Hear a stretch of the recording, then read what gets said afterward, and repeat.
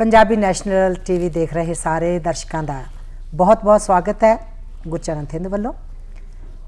इस वेले तुसी शामिल होने जा रहे हो प्रोग्राम गलबात दे विच। ते प्रोग्राम गलबात दे विच असी हमेशा एक खास व्यक्ति दे नाल गलबात करते हैं। अज साडे इस प्रोग्राम गलबात दे विच गलबात करन लई साडे नाल हाज़र ने साडी कौंसल दे नवें चुने हुए एक बहुत ही हरमन प्यारे उम्मीदवार जिहड़े कि इस वेले काउंसलर दे वजों साडे नाल हाज़र ने, राज धारीवाल जी। राज धारीवाल, तुहाडा बहुत बहुत स्वागत है पंजाबी नैशनल टीवी ते।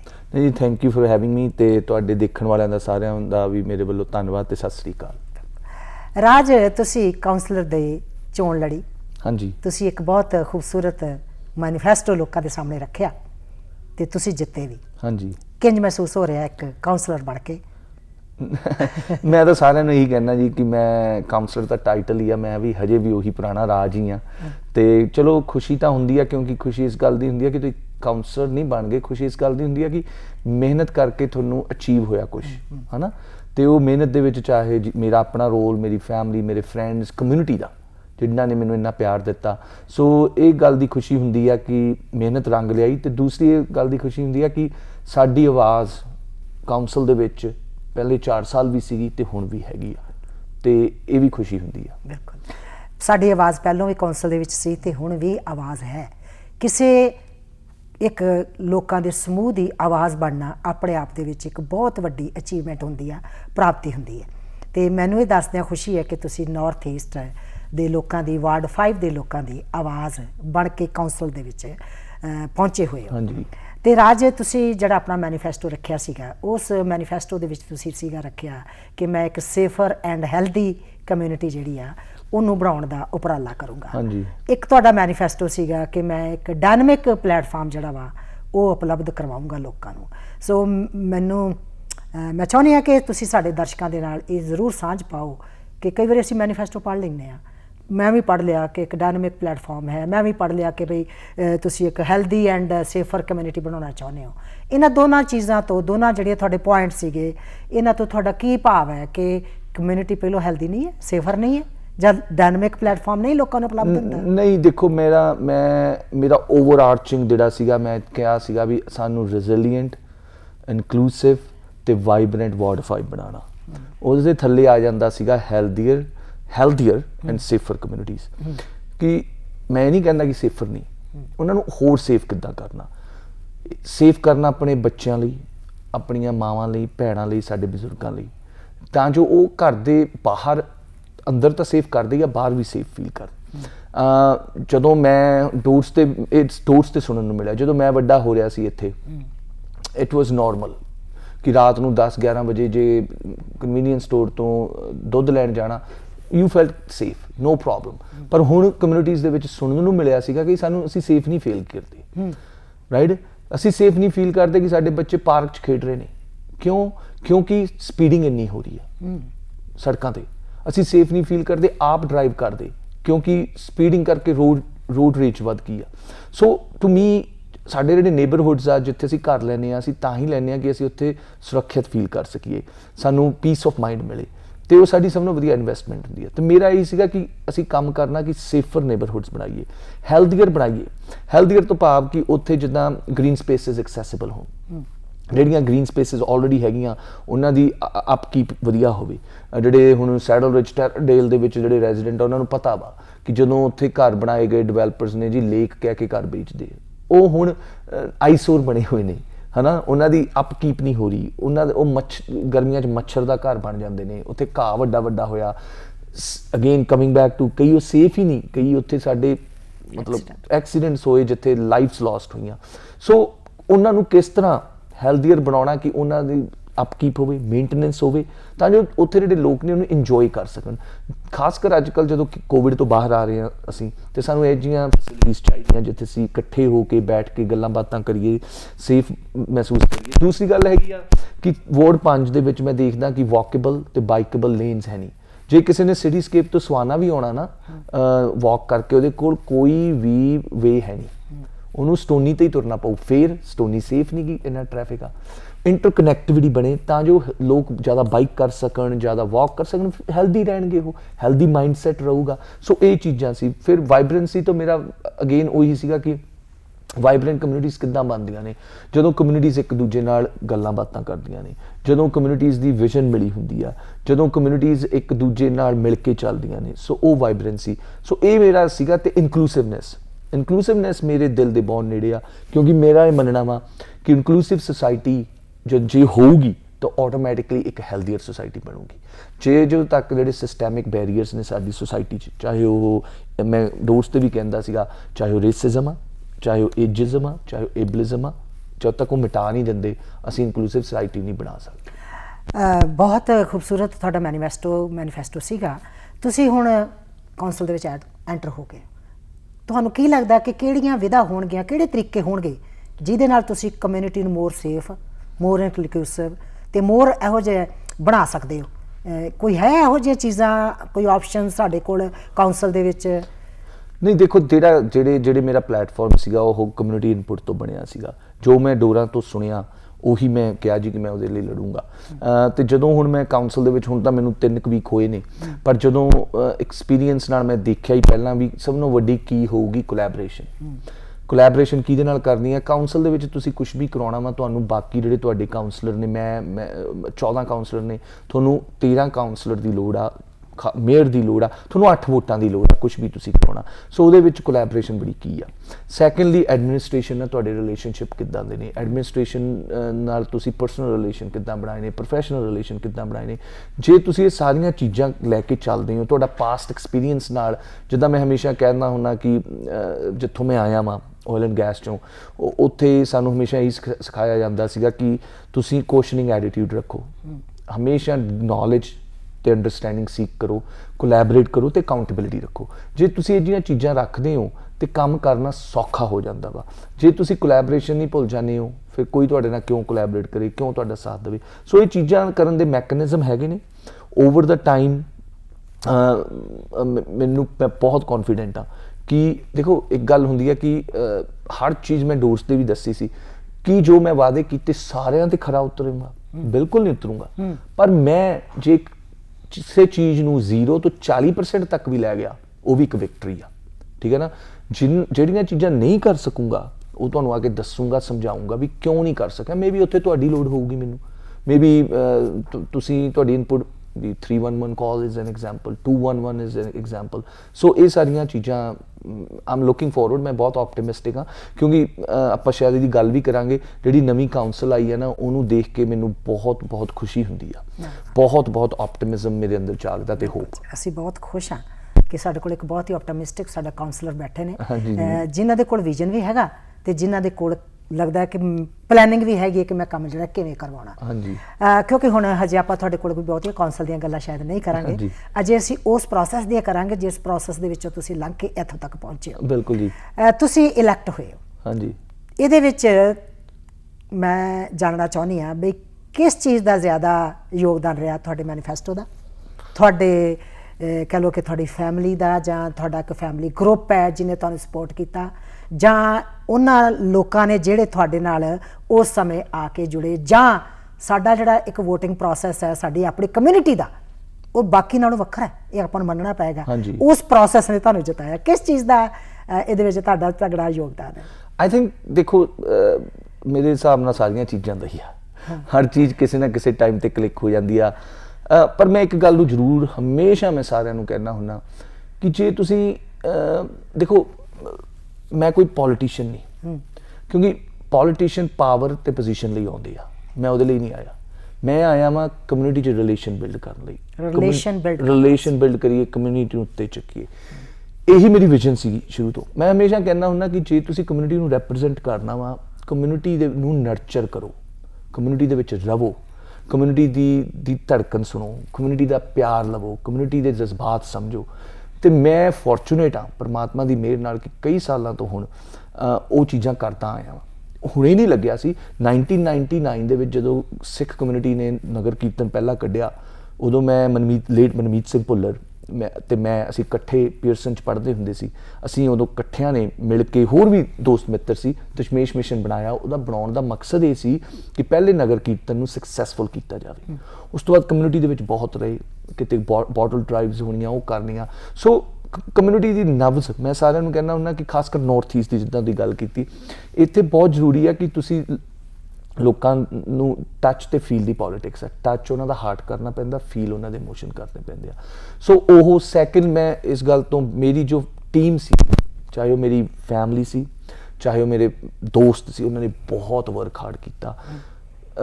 ਅਸੀਂ 16,000 ਦੇ ਕਰੀਬ ਘਰ ਨੌਕ ਕੀਤਾ। 16,000।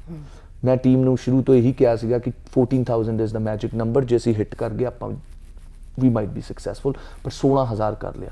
ਸੋ ਉਹ ਸਾਰੀਆਂ ਚੀਜ਼ਾਂ ਨੇ। ਤੇ ਬਾਕੀ ਜਿੱਦਾਂ ਮੈਂ ਕਿਹਾ, ਯੈਸ ਕਮਿਊਨਿਟੀ ਦਾ ਪਿਆਰ ਸੀ, ਯੈਸ ਜਿਹੜੀ ਆਪਣੀ internal politics this and that ਤਾਂ ਚੱਲਦੀ ਰਹਿੰਦੀ ਆ। ਤੇ ਬਾਕੀ ਪਲੇਟਫਾਰਮ, ਮੈਂ ਓਨੈਸਟਲੀ ਡੋਰ ਨੌਕਿੰਗ ਕੀਤੀ, ਲੋਕਾਂ ਨੂੰ ਉਹ ਦੱਸਿਆ ਜੋ ਮੈਂ ਉਹਨਾਂ ਨੂੰ ਸੱਚ, ਇਹ ਨਹੀਂ ਦੱਸਿਆ ਜੋ ਸੁਣਨਾ ਚਾਹੁੰਦੇ ਸੀ, ਨਾਲੇ ਵੀ ਦੱਸਿਆ ਵੀ ਆਮ ਬੀਇੰਗ ਓਨੈਸਟ। ਇੱਕ ਚੀਜ਼ ਆਪਣੀ ਜਿਹੜੀ ਨਾਰਥ ਈਸਟ ਦੀ ਪੋਲੀਟਿਕਸ ਹੈ, ਜਾਂ ਮੈਂ ਵਾਰਡ 5 ਦੀ ਪੋਲੀਟਿਕਸ ਕਹੂੰਗੀ, ਮੈਂ ਵੇਖਿਆ ਕਿ ਜਦੋਂ ਤੁਸੀਂ ਜਿੱਤੇ ਹੋ ਉੱਥੇ ਵੇਲੇ ਬੜਾ ਜਿਹੜੀ ਵੀਡੀਓ ਹੋਈ ਸਰਕੂਲੇਟ ਕੇ ਖੜੇ ਭੰਗੜਾ ਪਾ ਰਹੇ ਨੇ, ਰੌਲਾ ਪਾ ਰਹੇ ਨੇ, ਖਾਣ ਪੀਣ ਦਾ ਦੂਜਾ ਤੀਜਾ ਚੱਲ ਰਿਹਾ। ਤੁਹਾਨੂੰ ਨਹੀਂ ਲੱਗਦਾ ਕਿ ਇਹ ਜਿਹੜਾ ਹੋਰ ਬਾਕੀ ਦੇ ਕੁਆਡਰੈਂਟਸ ਹੈਗੇ ਕੈਲਗਰੀ ਦੇ, ਸਾਡੇ ਇੱਥੇ ਕੁਝ ਜ਼ਿਆਦਾ ਹੀ ਇਹ ਵਾਲਾ ਕਲਚਰ ਜਿਹੜਾ ਵੱਧਦਾ ਜਾ ਰਿਹਾ? ਤੁਸੀਂ ਇਹਨੂੰ ਸਪੋਰਟ ਕਰਦੇ ਹੋ ਕਿ ਤੁਸੀਂ ਇਹਦੇ ਵਿੱਚ ਕੁਝ ਥੋੜੀ ਬਹੁਤ ਰਿਫਾਰਮ ਚਾਹੁੰਦੇ ਹੋ?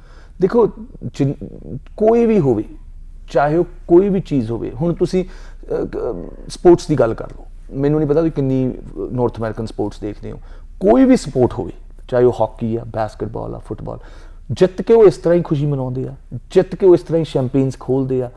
ਹਾਂ, ਅਸੀਂ ਉਹਨਾਂ ਨੂੰ ਅਣਗੌਲਿਆ ਕਰ ਦਿੰਦੇ ਆ। ਕੰਪੇਨਸ ਬਾਕੀਆਂ ਦੇ ਵਿੱਚ ਵੀ ਤੁਸੀਂ ਚਲੇ ਜਾਓ, ਉੱਥੇ ਵੀ ਬੀਅਰ ਖੋਲੀ ਜਾਂਦੀ ਆ, ਉੱਥੇ ਵੀ ਵਾਈਨਸ ਖੋਲੀ ਜਾਂਦੀਆਂ, ਪਰ ਕਿਤੇ ਨਾ ਕਿਤੇ ਸਾਨੂੰ ਲੱਗਦਾ ਵੀ ਅਸੀਂ ਹੀ ਮਾੜੇ ਆ। ਮੈਂ ਮੰਨਦਾ ਥੋੜੀ ਜਿਹੀ ਵਲਗੈਰਿਟੀ ਜੀ ਨਹੀਂ ਲੱਗਦੀ, ਥੋੜੀ ਜਿਹੀ ਅਸੀਂ ਜ਼ਿਆਦਾ ਕਰਦੇ ਆ, ਪਰ ਉਹ ਕਿਉਂ ਹੁੰਦਾ ਵਾ? ਕਿਉਂਕਿ ਸਾਡੇ ਜਿਹੜੇ ਇਮੋਸ਼ਨਸ ਹੁੰਦੇ ਆ ਨਾ, ਉਹ ਇੱਕ ਦੂਜੇ ਨਾਲ ਬਹੁਤ ਜੁੜੇ ਹੁੰਦੇ ਆ। ਤੇ ਇੱਕ ਦੂਜਾ, ਕੋਈ ਕਿਸੇ ਦਾ ਭਰਾ ਹੁੰਦਾ, ਕੋਈ ਕਿਸੇ ਦਾ ਮਿੱਤਰ ਹੁੰਦਾ, ਕਿਸੇ ਨੇ ਬਹੁਤ ਕੰਮ ਕੀਤਾ, ਠੀਕ ਆ, ਮੈਂ ਮੰਨਦਾ ਵੀ ਕਈ ਵਾਰ ਓਵਰ ਜ਼ਿਆਦਾ ਕਰ ਦਿੰਦਾ। ਮੈਂ ਸੁਣਿਆ ਕਿ ਕਹਿੰਦੇ ਜੀ ਉੱਥੇ ਕਈ ਤਾਂ ਜਾਣ ਪੀਣ ਦੇ ਮਾਰੇ ਚੱਲ ਜਾਂਦੇ ਆ, ਰੋਜ਼ ਪੀਣ ਦਾ ਕੰਮ ਚੱਲਦਾ ਵਾ, ਬਾਕੀਆਂ ਚ ਵੀ ਰੋਜ਼ ਹੀ ਚੱਲਦਾ। ਮੈਨੂੰ ਦੇਖੋ, ਸਾਡੇ ਕੰਪੇਨ ਦੇ ਵਿੱਚ ਜੇ ਕੋਈ ਕਵੇ ਕਿ ਉੱਥੇ ਰੋਜ਼ ਉੱਥੇ ਪੀਤੀ ਜਾਂਦੀ ਸੀਗੀ, ਮੈਂ ਬਿਲਕੁਲ ਆ ਕੇ ਕੋਈ ਦੇਖ ਲੈਂਦਾ ਕਿ ਉੱਥੇ ਬਿਲਕੁਲ ਨਹੀਂ ਪਿਲਾਉਂਦੀ, ਉੱਥੇ ਕੋਈ ਡਰਿੰਕ ਨਹੀਂ ਹੁੰਦੀ ਸੀ। ਇਸ ਗੱਲ ਤੋਂ ਮੈਂ ਬਿਲਕੁਲ ਨਹੀਂ ਝੂਠ ਬੋਲੂੰਗਾ। ਜਿਹੜੇ ਵੋਲੰਟੀਅਰ ਸੀ, ਜਦੋਂ ਰਾਤਾਂ ਨੂੰ ਡੋਰ ਨੌਕਿੰਗ ਕਰਕੇ ਆਉਂਦੇ ਸੀ ਜਾਂ ਉਹ ਸਾਇੰਸ ਲਾ ਕੇ ਆਉਂਦੇ ਸੀ, ਬਿਲਕੁਲ ਉਹਨਾਂ ਨੂੰ ਅਸੀਂ ਕਹਿੰਦੇ ਸੀ ਕਿ ਤੁਹਾਨੂੰ ਜੇ ਕੋਈ ਚਾਹੀਦਾ, ਕੋਈ ਕਿਸੇ ਨੂੰ ਕੋਈ ਮਤਲਬ ਬੀਅਰ ਪੀਣੀ ਹੈ, you are happy to go. ਉਹ ਇਹ ਨਹੀਂ ਹੁੰਦੀ ਕਿ ਕੋਈ ਭੁੱਖਾ ਹੁੰਦਾ, ਉਹ ਐਪਰੀਸ਼ੀਏਸ਼ਨ ਹੁੰਦੀ ਆ। ਪਰ ਇੱਦਾਂ ਕਿਤੇ ਨਹੀਂ ਸੀਗਾ ਕਿ ਜੀ ਉੱਥੇ ਬੈਠੇ 20 ਬੰਦੇ ਪੀ ਜਾਂਦੇ ਸੀ। ਇੱਕ ਤਾਂ ਕੋਵਿਡ ਸੀਗਾ, ਪਰ ਮਤਲਬ ਦੂਸਰੀ ਗੱਲ ਇਹ ਹੈਗੀ ਆ ਕਿ ਜਦੋਂ ਕੋਈ ਆ ਜਾਂਦਾ ਨਾ, ਮੈਂ ਤੁਹਾਡੇ ਬਿਲਕੁਲ ਸਮਝਦਾ ਵੀ ਕਲਚਰ ਨੂੰ ਬਦਲਣ ਦੀ ਲੋੜ ਹੈਗੀ ਆ, ਠੀਕ ਹੈ ਨਾ, ਪਰ ਉਹ ਕਲਚਰ ਓਵਰਨਾਈਟ ਨਹੀਂ ਬਦਲੂਗਾ। ਉਹਦੇ ਲਈ ਹੌਲੀ ਹੌਲੀ ਬੇਬੀ ਸਟੈਪਸ ਲਵਾਂਗੇ ਅਸੀਂ, ਠੀਕ ਹੈ ਨਾ। ਤੇ ਉਹ ਬੇਬੀ ਸਟੈਪਸ ਲੈ ਕੇ ਡੈਫੀਨਿਟਲੀ ਮੇਬੀ ਜਦੋਂ ਅਗਲੀ ਵਾਰ ਮੈਂ ਜਿੱਤੂੰਗਾ ਤੇ ਸ਼ਾਇਦ ਇਦਾਂ ਦਾ ਕੁਝ ਹੋਵੇ ਹੀ ਨਾ, ਹਨਾ। ਪਰ ਉਹ ਕਿਤੇ ਨਾ ਕੋਈ ਸਿਟੀ ਵੱਲੋਂ ਵੀ ਬਾਈਲਾ ਬਣ ਸਕਦਾ ਇਹਦੇ ਲਈ। ਨਹੀਂ, ਸਿਟੀ ਦੇਖੋ, it's a free country. Okay, charter of rights gives us freedom to do anything as long as it's within the law. So ਕੋਈ ਵੀ ਕੁਛ ਨਹੀਂ ਕਰ ਸਕਦੀ ਇਹਦੇ 'ਚ, ਹਨਾ। ਸਿਟੀ ਦਾ ਬਾਇਲਾ ਇਹੀ ਹੋ ਸਕਦਾ। ਹੁਣ ਦੇਖੋ, ਇਸ ਗੱਲ ਨੂੰ ਤਾਂ ਆਪਾਂ ਕਹੀਏ ਜੀ ਕਿ ਠੇਕੇ 2 ਵਜੇ ਤੱਕ ਕਿਉਂ ਖੁੱਲ੍ਹਦੇ ਨੇ, ਠੀਕ ਹੈ, ਤੇ ਉਹ ਵੀ ਹੈਗਾ। ਸੋ ਇਹਦੇ 'ਚ ਫ੍ਰੀडम ਆਫ ਰਾਈਟਸ ਜਿਹੜੀਆਂ ਆਈ ਮੀਨ ਚਾਰਟਰ ਆ, ਉਹਦੀ ਉਲੰਘਣਾ ਤਾਂ ਕੋਈ ਨਹੀਂ ਕਰ ਸਕਦਾ। ਹਾਂ, ਇਹ ਸਾਨੂੰ as a community self awareness ਲਿਆ ਕੇ ਕਿਤੇ ਨਾ ਕਿਤੇ ਹੋ ਸਕਦਾ ਵੀ ਅਸੀਂ ਕਹੀਏ ਕਿ ਆਪ ਇਹ ਜੇ ਕੰਮ ਨਾ ਅਸੀਂ ਰੋਕੀਏ, ਇਹਨਾਂ ਨੂੰ ਘੱਟ ਕਰੀਏ। ਸੋ ਇਹਦੇ 'ਤੇ ਡੈਫੀਨਿਟਲੀ ਮੂਵਿੰਗ ਫੋਰਵਰਡ ਐਜੂਕੇਸ਼ਨ ਦੀ ਲੋੜ ਹੈਗੀ ਆ ਤੇ ਹੁੰਦੀ ਰਹੂਗੀ। ਬਿਲਕੁਲ। ਇਸ ਵੇਲੇ ਅਸੀਂ ਇਹ ਗੱਲਬਾਤ ਕਰ ਰਹੇ ਹਾਂ ਰਾਜ ਧਾਲੀਵਾਲ ਨਾਲ, ਜਿਹੜੇ ਕਿ ਨਵੇਂ ਚੁਣੇ ਗਏ ਨੇ ਸਾਡੇ ਕਾਉਂਸਲਰ ਵਾਰਡ 5 ਦੇ, ਤੇ ਗੱਲਬਾਤ ਉਸ ਪ੍ਰੋਸੈਸ ਤੇ ਵੀ ਹੋ ਰਹੀ ਹੈ ਜਿਹਦੇ ਵਿੱਚੋਂ ਇਹ ਲੰਘ ਕੇ ਆਏ ਨੇ। ਗੱਲਬਾਤ ਉਸ ਗੱਲ ਤੇ ਵੀ ਅਸੀਂ ਕਰ ਰਹੇ ਹਾਂ ਕਿ ਆਉਂਦੇ ਸਮੇਂ ਦੇ ਵਿੱਚ ਇਹ ਉਹ ਚੀਜ਼ਾਂ ਜਿਨ੍ਹਾਂ ਦੇ ਉੱਪਰ ਇਹਨਾਂ ਨੇ ਕਹਿ ਲਓ ਕਿ ਲੋਕਾਂ ਨੂੰ ਵਾਅਦਾ ਕੀਤਾ, ਉਹਨੂੰ ਕਿਵੇਂ ਉਸ ਪ੍ਰੋਸੈਸ ਦੇ ਵਿੱਚੋਂ ਲੈ ਕੇ ਲੰਘਣਗੇ ਤੇ ਕਿਸ ਢੰਗ ਦੇ ਨਾਲ ਇਹ ਉਹਨੂੰ ਨੇਪਰੇ ਚਾੜਨਗੇ। ਸੋ ਗੱਲਾਂ ਹੋਰ ਵੀ ਬਹੁਤ ਸਾਰੀਆਂ ਨੇ, ਗੱਲਾਂ ਆਪਾਂ ਕਰਦੇ ਰਹਿਣਾ, ਤੇ ਗੱਲਾਂ ਦੇ ਵਿੱਚੋਂ ਹੀ ਕਹਿੰਦੇ ਨੇ ਗੱਲ ਦੇ ਵਿੱਚੋਂ ਹੀ ਗੱਲ ਨਿਕਲਦੀ ਹੈ ਤੇ ਗੱਲ ਦੇ ਵਿੱਚੋਂ ਹੀ ਹੱਲ ਨਿਕਲਦਾ। ਸੋ ਮੈਂ ਇਹਨਾਂ ਦੇ ਨਾਲ ਕਾਫੀ ਸਾਰੀਆਂ ਗੱਲਾਂ ਹਜੇ ਕਰਨੀਆਂ ਨੇ ਤੇ ਸਾਡੇ ਸਟੂਡੀਓ ਦੀ ਬ੍ਰੇਕ ਦਾ ਸਮਾਂ ਹੋਣ ਹੀ ਵਾਲਾ, ਤੇ ਅਸੀਂ ਛੋਟੀ ਜਿਹੀ ਬ੍ਰੇਕ ਲਵਾਂਗੇ ਤੇ ਬ੍ਰੇਕ ਤੋਂ ਬਾਅਦ ਫਿਰ ਰਾਜ ਧਾਲੀਵਾਲ ਹੁਣਾਂ ਦੇ ਨਾਲ ਅਗਲੀ ਗੱਲਬਾਤ ਜਾਰੀ ਰੱਖਾਂਗੇ।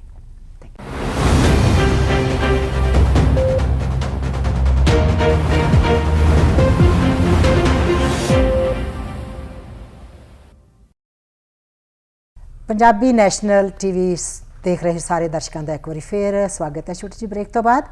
ਇਸ ਵੇਲੇ ਤੁਸੀਂ ਸ਼ਾਮਲ ਹੋ ਪ੍ਰੋਗਰਾਮ ਗੱਲਬਾਤ ਦੇ ਵਿੱਚ ਤੇ ਗੱਲਬਾਤ ਅਸੀਂ ਕਰ ਰਹੇ ਹਾਂ ਰਾਜ ਧਾਲੀਵਾਲ ਨਾਲ, ਜਿਹੜੇ ਕਿ ਨਵੀਂ ਕੌਂਸਲ ਦੇ ਵਿੱਚ ਕਾਉਂਸਲਰ ਵਜੋਂ ਚੁਣੇ ਗਏ ਨੇ। ਤੇ ਰਾਜ ਧਾਲੀਵਾਲ, ਆਪਾਂ ਗੱਲ ਥੋੜੀ ਜਿਹੀ ਅੱਗੇ ਲੈ ਕੇ ਆਉਂਦੇ ਹਾਂ। ਮੈਨੂੰ ਇਹ ਦੱਸਦਿਆਂ ਖੁਸ਼ੀ ਤਾਂ ਨਹੀਂ ਹੋ ਰਹੀ ਤੇ ਨਾ ਵੀ ਬਹੁਤ ਜ਼ਿਆਦਾ ਦੁੱਖ ਵੀ ਨਹੀਂ ਲੱਗ ਰਿਹਾ ਕਿ ਨਾਰਥ ਈਸਟ ਜਿਹੜਾ ਵਾ ਇਹਦੀ ਐਬਰੀਵੇਸ਼ਨ ਨੋ ਇੰਗਲਿਸ਼ ਜ਼ੋਨ ਦੇ ਵਜੋਂ ਵੀ ਕੀਤੀ ਜਾਂਦੀ ਹੈ। ਸੋ ਇਸ ਐਬਰੀਵੇਸ਼ਨ ਜਦੋਂ ਐਗਜ਼ੈਗਰੇਟ ਕਰਦੇ ਆ ਨਾ, ਪੂਰਾ ਬੋਲਦੇ ਆ, ਕਹਿੰਦੇ ਜੀ ਨੋ ਇੰਗਲਿਸ਼ ਜ਼ੋਨ ਹੈ। ਤੁਸੀਂ ਵੀ ਕਦੀ ਸੁਣਿਆ? ਨਹੀਂ, ਦੇਖੋ ਉਹ ਤਾਂ ਮਜ਼ਾਕ ਹੁੰਦਾ ਸੀਗਾ ਪਹਿਲੇ ਜ਼ਮਾਨਿਆਂ ਦੇ ਵਿੱਚ ਕਿ ਜੀ ਇੰਨੀ ਕੋਈ ਨਵਾਂ ਆਉਂਦਾ ਇਮੀਗ੍ਰੈਂਟ, ਉਹ ਵਿਚਾਰੇ ਨੂੰ ਇੰਗਲਿਸ਼ ਨਹੀਂ ਆਉਂਦੀ ਤੇ ਨਾਰਥ ਈਸਟ ਨੂੰ ਆਪਦਾ ਘਰ ਬਣਾਉਂਦਾ ਨੋ ਇੰਗਲਿਸ਼। ਤੇ ਜਦੋਂ ਉਹਨੂੰ ਥੋੜੀ ਜਿਹੀ ਵਿਚਾਰੇ ਨੂੰ ਆ ਜਾਂਦੀ ਸੀਗੀ ਤਾਂ ਉਹ ਸਾਊਥ ਈਸਟ ਚਲੇ ਜਾਂਦਾ ਸੀ ਸਮਵਟ ਇੰਗਲਿਸ਼। ਤੇ ਜਦੋਂ ਉਹਨੂੰ ਲੱਗਦਾ ਵੀ ਮੈਂ ਵੈਸਟਰਨਾਈਜ਼ ਹੋ ਗਿਆ ਤੇ ਨਾਰਥ ਵੈਸਟ ਚਲੇ ਜਾਂਦੇ ਸੀ ਨਿਊਲੀ ਵੈਸਟਰਨਾਈਜ਼ਡ। ਤੇ ਜਦੋਂ ਪੂਰਾ ਵੈਸਟਰਨਾਈਜ਼ ਹੋ ਜਾਂਦੇ ਉਹ ਫਿਰ ਸਾਊਥ ਵੈਸਟ ਘਰ ਖਰੀਦ ਲੈਂਦੇ ਸੋਲੀ ਵੈਸਟਰਨਾਈਜ਼। ਇਹ ਮਜ਼ਾਕ ਹੁੰਦੇ ਸੀਗੇ ਹੈ ਨਾ। ਇਹ ਤਾਂ ਜਦੋਂ ਅਸੀਂ ਹਾਈ ਸਕੂਲ 'ਚ ਪੜ੍ਹਦੇ ਸੀ। ਦੇਖੋ ਮੈਂ ਹਮੇਸ਼ਾ ਦੇਖੋ ਡੋਰ ਦੇ ਉੱਤੇ ਮੈਂ ਇਹੀ ਕਹਿੰਦਾ ਸੀਗਾ, north East is the best quadrant of the city. North East ਜੇ ਕਿਸੇ ਨੇ ਸਪਿਰਿਟ ਦੇਖਣੀ ਆ ਕਿ ਕੈਲਗਰੀ ਕੀ ਆ, ਅਲਬਰਟਾ ਕੀ ਆ, ਕੈਨੇਡਾ ਕੀ ਆ, ਨਾਰਥ ਈਸਟ ਆਵੇ। ਰਾਈਟ, ਨਾਰਥ ਈਸਟ ਦੇ ਵਿੱਚ ਸਭ ਨੂੰ ਹਾਰਡ ਵਰਕਿੰਗ ਲੋਕ ਰਹਿੰਦੇ ਨੇ, ਜਿਹੜੇ ਕੋਈ ਇੱਥੇ $20 ਤੇ ਕੋਈ $100 ਲੈ ਕੇ ਉਤਰਿਆ। ਉਹਨਾਂ ਨੇ ਆਪਣੇ ਲਈ ਨਹੀਂ ਕੰਮ ਕੀਤਾ, ਆਪਣੇ ਲਈ ਨਹੀਂ ਵਧੀਆ ਫਿਊਚਰ ਬਣਾਇਆ, ਆਪਣੇ ਬੱਚਿਆਂ ਲਈ ਵੀ ਬਣਾਇਆ। ਤੇ city of Calgary the economy, social fabric ਦੇ ਵਿੱਚ ਬਹੁਤ ਕੰਟਰੀਬਿਊਟ ਕੀਤਾ। ਵੱਡੇ ਐਂਟਰਪ੍ਰੈਨਿਓਰਸ ਨੇ ਸਾਡੀ ਸਿਟੀ ਦੇ, ਜਿਹੜੇ ਨਾਰਥ ਈਸਟ ਦੇ ਵਿੱਚ ਜਿਨ੍ਹਾਂ ਨੇ ਸ਼ੁਰੂ ਕੀਤਾ, ਠੀਕ ਆ। ਤੇ ਉਹਨਾਂ ਨੇ ਆਪਣੇ, ਜਿੱਦਾਂ ਮੈਂ ਕਿਹਾ ਕਿ ਮਿਹਨਤ ਸਦਕਾ ਹੀ ਆਪਣੀ ਲਾਈਫ ਬਣਾਈ ਆ। ਹਾਂ, ਕਿਤੇ ਨਾ ਕਿਤੇ ਨਾਰਥ ਈਸਟ ਦੇ ਵਿੱਚ ਮੈਨੂੰ ਲੱਗਦਾ ਵੀ ਕਈ ਵਾਰ ਥੋੜਾ ਬਹੁਤਾ ਵਿਤਕਰਾ ਹੁੰਦਾ, ਜਿਹੜਾ ਉਹਦੇ ਵਿੱਚ ਕੁਝ ਰੀਜ਼ਨ ਇਹ ਨੇ। ਨਾਰਥ ਈਸਟ ਨੂੰ ਰੈਪਰੈਜ਼ੈਂਟੇਸ਼ਨ ਜਿਹੜੀ ਵੀਕ ਮਿਲੀ ਸਿਵਿਕ ਲੈਵਲ ਦੇ ਉੱਤੇ। ਪਹਿਲਾਂ ਪਿਛਲੇ 4 ਸਾਲਾਂ ਦੇ ਵਿੱਚ ਜਿਹੜੀ ਆਵਾਜ਼ ਆ ਉਹ ਸਾਡੀ ਨਾਰਥ ਈਸਟ ਦੀ ਸਿਟੀ ਕਾਉਂਸਲ ਦੇ ਵਿੱਚ ਬਣੀ। ਸਿਟੀ ਕਾਉਂਸਲ ਦੀਆਂ ਅੱਖਾਂ ਖੁੱਲੀਆਂ ਕਿ ਨਾਰਥ ਈਸਟ ਡਿਜ਼ਰਵਸ ਬੈਟਰ। ਹੁਣ ਅਸੀਂ ਉਹਨੂੰ ਅੱਗੇ ਕਿੱਦਾਂ ਲੈ ਕੇ ਆਉਣਾ, ਉਹਦੇ ਤੇ ਬਿਲਡ ਕਿੱਦਾਂ ਕਰਨਾ, ਜਦੋਂ ਉਹਨੂੰ ਇੱਥੇ ਲੈ ਆਇਆ ਉਹਨੂੰ ਇੱਥੇ ਕਿੱਦਾਂ ਲੈ ਕੇ ਆਉਣਾ। ਲੀਡਰਸ਼ਿਪ ਪਲੇਜ਼ ਦ ਕੀ ਰੋਲ। ਜੇ ਲੀਡਰਸ਼ਿਪ ਹੀ ਚੁੱਪ ਰਹੂ, ਮਮ ਰਹੂ, ਕੁਛ ਨਹੀਂ ਹੋਣਾ। ਸੈਕੰਡਲੀ, ਕਿਤੇ ਨਾ ਕਿਤੇ ਆਪਾਂ ਨੂੰ ਆਪ ਵੀ ਕੁਛ ਕਰਨਾ ਪੈਣਾ, ਕਿਉਂਕਿ ਕਾਉਂਸਲਰ ਤਾਂ ਇੱਕ ਆਵਾਜ਼ ਆ, ਪਰ ਹਜ਼ਾਰਾਂ ਆਵਾਜ਼ਾਂ ਨੇ ਜਿਹੜੀਆਂ ਉਹਨੂੰ ਹੈਲਪ ਕਰ ਸਕਦੀਆਂ ਨੇ, ਪਰ ਅਸੀਂ ਉਹਦੇ ਤੋਂ ਕਈ ਵਾਰ ਪਿੱਛੇ ਹਟ ਜਾਈਦਾ। ਪਰਫੈਕਟ ਐਗਜ਼ਾਮਪਲ 311 ਹੈ ਨਾ। ਨਾਰਥ ਈਸਟ ਸਿਟੀ ਨੂੰ ਹਰ ਸਾਲ 1.2 ਮਿਲੀਅਨ ਕਾਲਸ ਜਾਂਦੀਆਂ ਨੇ 311 ਤੇ। ਮੈਂ ਗੈਸ ਕਰ ਰਿਹਾ, ਮੈਂ ਨੰਬਰ ਦੱਸੂਗਾ, ਮੈਂ ਨੰਬਰ ਉਹਨਾਂ ਨੂੰ ਮੰਗੇ ਆ। 29 ਤਰੀਕ ਨੂੰ ਸਾਰਾ ਡੇਟਾ ਮੈਨੂੰ ਮਿਲ ਜਾਣਾ। ਮੇਰਾ ਇਹ ਗੈਸ ਆ ਕਿ 15% of that is north east, ਠੀਕ ਆ, which is not okay with me. ਕਿਉਂਕਿ ਅਸੀਂ ਕਈ ਵਾਰ ਕਹੀਦਾ ਜੇ ਗੁਆਂਢੀ ਦਾ ਮਤਲਬ ਟੁੱਟਿਆ ਵਾਕਵੇ ਜਾਂ ਕੁਛ ਹੈਗਾ, ਮੈਂ ਕੀ ਲੈਣਾ, ਮੇਰਾ ਤਾਂ ਠੀਕ ਆ। ਅਸੀਂ ਆਪਣੀ ਸਿਵਿਕ ਰਿਸਪੌਂਸਿਬਿਲਿਟੀ ਨਹੀਂ ਲੈਂਦੇ ਕਿ ਯਾਰ ਉਹਦਾ ਟੁੱਟਿਆ, that's fine, I can make a call. ਮੈਂ ਨਿੱਕੀ ਜਿਹੀ ਇੱਕ ਹੋਰ ਗੱਲ ਕਰਨ ਲੱਗੀ ਹਾਂ। ਹੁਣੇ ਤੁਸੀਂ ਇਲੈਕਸ਼ਨ ਕਰਕੇ ਹਟੇ ਆਪਾਂ, ਤੇ ਬਹੁਤ ਸਾਰੇ ਬੋਰਡ ਜਿਹੜੇ ਸੀ ਉਹ ਲੱਗੇ ਸੀਗੇ, ਬਹੁਤ ਸਾਰੇ ਬੋਰਡ ਸੀਗੇ, ਬਿਲਬੋਰਡ ਵੱਡੇ ਛੋਟੇ। ਮੈਂ ਇੱਕ ਗੱਲ ਨੋਟ ਕੀਤੀ ਕਿ ਜਿਉਂ ਹੀ ਤੁਹਾਡੀ ਇਲੈਕਸ਼ਨ ਦੇ ਰਿਜ਼ਲਟਸ ਆਏ ਨੇ, ਤੁਹਾਡੇ ਬੋਰਡ ਸਭ ਤੋਂ ਪਹਿਲਾਂ ਹਟੇ ਸੀ। ਹਾਂਜੀ, ਦੇਖੋ, ਤੇ ਪਰ ਅਜੇ ਤੱਕ ਵੀ ਕਈ ਜਿਹੜੇ ਹੈਗੇ ਨੇ ਬੋਰਡਸ ਨੇ ਉਹ ਉਹਨਾਂ ਨੂੰ ਥੱਲੇ ਸੁੱਟ ਦਿੱਤਾ, ਉੱਥੋਂ ਚੁੱਕਿਆ ਨਹੀਂ ਗਿਆ। ਵਾਕਵੇਜ਼ ਦੇ ਉੱਪਰ ਲੱਗੇ ਹੋਏ ਨੇ, ਜਿਹੜਾ ਗਰਾਸੀ ਰਸਤੇ ਹੈਗੇ ਨੇ ਉਹਨਾਂ ਦੇ ਉੱਪਰ ਲੱਗੇ ਹੋਏ ਨੇ। ਇਹ ਨਾਰਥ ਈਸਟ 'ਚ ਇੰਜ ਹੈ ਕਿ ਬਾਕੀ ਕੁਆਡਰੈਂਟ 'ਚ ਵੀ ਇੰਜ ਹੁੰਦਾ? ਅਸੀਂ ਲੋਕੀ ਘੋਲੀ ਆ ਕਿ ਜਾਂ ਅਸੀਂ ਰਿਸਪੌਂਸਿਬਲ ਨਹੀਂ ਹੈਗੇ? ਨਹੀਂ, ਦੇਖੋ ਜਿਹੜਾ ਬਾਇਲਾਅ ਵਾ ਨਾ, ਬਾਇਲਾਅ ਕਹਿੰਦਾ ਵੀ ਜਿਹੜੀ ਪਬਲਿਕ ਪ੍ਰਾਪਰਟੀ ਆ, ਪਬਲਿਕ ਪ੍ਰਾਪਰਟੀ ਦੇ ਵਿੱਚ ਜਿਹੜੇ ਸਾਰੇ ਸਾਈਨ ਨੇ ਵਿਦਨ ਸਰਟਨ ਟਾਈਮ ਤੁਹਾਨੂੰ ਚੁੱਕਣੇ ਪੈਂਦੇ ਆ। ਜਿਹੜੇ ਬਿਲਕੁਲ ਤੁਸੀਂ ਸਹੀ ਹੋ, ਮੈਂ ਟੀਮ ਨੂੰ ਕਿਹਾ ਸੀਗਾ ਕਿ ਦੇ should be out of there. Private property ਇੱਕ ਹੋਰ ਦੂਸਰੀ ਚੀਜ਼ ਆ। ਪ੍ਰਾਈਵੇਟ ਪ੍ਰਾਪਰਟੀ ਦੇ ਉੱਤੇ ਬਾਇਲਾਅ ਨਹੀਂ ਗਾ। ਪ੍ਰਾਈਵੇਟ ਪ੍ਰਾਪਰਟੀ ਦੇ ਵਿੱਚ ਤੁਹਾਡੇ ਮੈਂ ਸਾਈਨ ਲਾ ਕੇ ਗਿਆ, ਕਿਤੇ ਨਾ ਕਿਤੇ ਇਹ ਹੋ ਜਾਂਦਾ ਵੀ ਤੁਸੀਂ ਲਵਾਇਆ ਤੇ ਤੁਸੀਂ ਉਹਨੂੰ ਚੁੱਕੋ। ਪਰ ਜੇ ਤੁਸੀਂ ਨਹੀਂ ਚੁੱਕਣਾ ਚਾਹੁੰਦੇ, ਤੁਸੀਂ ਬਾਇਲਾਅ ਆਫਿਸਰ ਨੂੰ ਫੋਨ ਕਰ ਸਕਦੇ ਹੋ ਕਿ ਭਾਈ ਮੇਰੀ ਪ੍ਰਾਪਰਟੀ ਤੋਂ ਚੁੱਕ ਕੇ ਨਹੀਂ ਲੈ ਕੇ ਗਏ ਜਾਂ, ਪਰ ਉਹ ਵੀ ਤੁਹਾਨੂੰ ਕਹਿਣਗੇ ਕਿ ਇਟਸ ਯੋਰ ਪਰਸਨਲ ਪ੍ਰਾਪਰਟੀ, ਠੀਕ ਹੈ ਨਾ। ਕਈ ਸਾਈਨ ਇਸ ਵਕਤ ਹੈਗੇ ਨੇ ਸਾਡੇ ਜਿਹੜੇ ਪ੍ਰਾਈਵੇਟ ਪ੍ਰਾਪਰਟੀਜ਼ ਦੇ ਉੱਤੇ ਲੱਗੇ ਹੋਏ ਨੇ, ਕਿਉਂਕਿ ਜਾਂ ਤਾਂ ਪ੍ਰਾਪਰਟੀਜ਼ ਅੰਦਰ ਨੇ ਜਿੱਥੇ ਅਸੀਂ ਪਹੁੰਚ ਨਹੀਂ ਸਕੇ। ਪਰ ਮੈਂ ਵੈਬਸਾਈਟ ਦੇ ਉੱਤੇ ਵੀ ਪਾਦਾ ਸੀ ਵੀ ਜੇ ਤੁਹਾਡੀ ਪ੍ਰਾਪਰਟੀ ਦੇ ਉੱਤੇ ਸਾਈਨ ਲੱਗਿਆ please send us a message, ਅਸੀਂ ਚੁੱਕ ਕੇ ਲੈ ਜਾਾਂਗੇ। ਤੇ ਮੈਸੇਜ ਆਏ ਵੀ ਨੇ ਤੇ ਅਸੀਂ ਚੁੱਕ ਵੀ ਰਹੇ ਨੇ। ਤੇ ਜਿਹੜੇ ਕਿਉਂਕਿ ਹਰ ਪ੍ਰਾਈਵੇਟ ਸਾਈਨ ਪ੍ਰਾਪਰਟੀ ਤੋਂ ਲੋਨ ਸਾਈਨ ਚੁੱਕਣਾ ਨੂੰ ਟਾਈਮ ਲੱਗ ਜਾਂਦਾ, ਕਿਉਂਕਿ ਅਬਾਊਟ 5,500 ਸਾਈਨ ਤੁਸੀਂ ਲਾਏ ਆ, ਤੁਹਾਨੂੰ ਸਾਰੇ ਯਾਦ ਨਹੀਂ ਹੁੰਦੇ, ਪਬਲਿਕ ਦੀ ਤਾਂ ਤੁਸੀਂ ਪੁਆਇੰਟ ਕੀਤੇ ਹੁੰਦੇ ਆ। ਦੂਸਰੀ ਕੀ ਸਾਰੀ ਸਿਟੀਜ਼ 'ਚ ਇੱਦਾਂ ਹੁੰਦਾ, ਸਾਰੀ ਸਿਟੀ ਬਾਕੀ ਨਹੀਂ ਹੁੰਦਾ। ਜੇ ਕਿਸੇ ਨੇ ਅਬਜ਼ਰਵ ਕੀਤਾ ਹੋਵੇ 2 ਵਾਰਡ ਸੀਗੇ ਜਿੱਥੇ ਸਾਈਨ ਹੀ ਸਾਈਨ ਸੀ, ਇੱਕ ਵਾਰਡ 5 ਤੇ ਇੱਕ 10 ਹਨਾ। ਮੈਂ ਇਹੋ ਕਹਿਣ ਲੱਗੀ ਸਾਂ ਕਿ ਮੈਂ ਵੀ ਵੇਖਿਆ ਕਿ ਬਾਕੀ ਸਿਟੀ ਦੇ ਵਿੱਚ ਕੋਈ ਇੰਨੇ ਸਾਈਨ ਲੱਗੇ ਨਹੀਂ।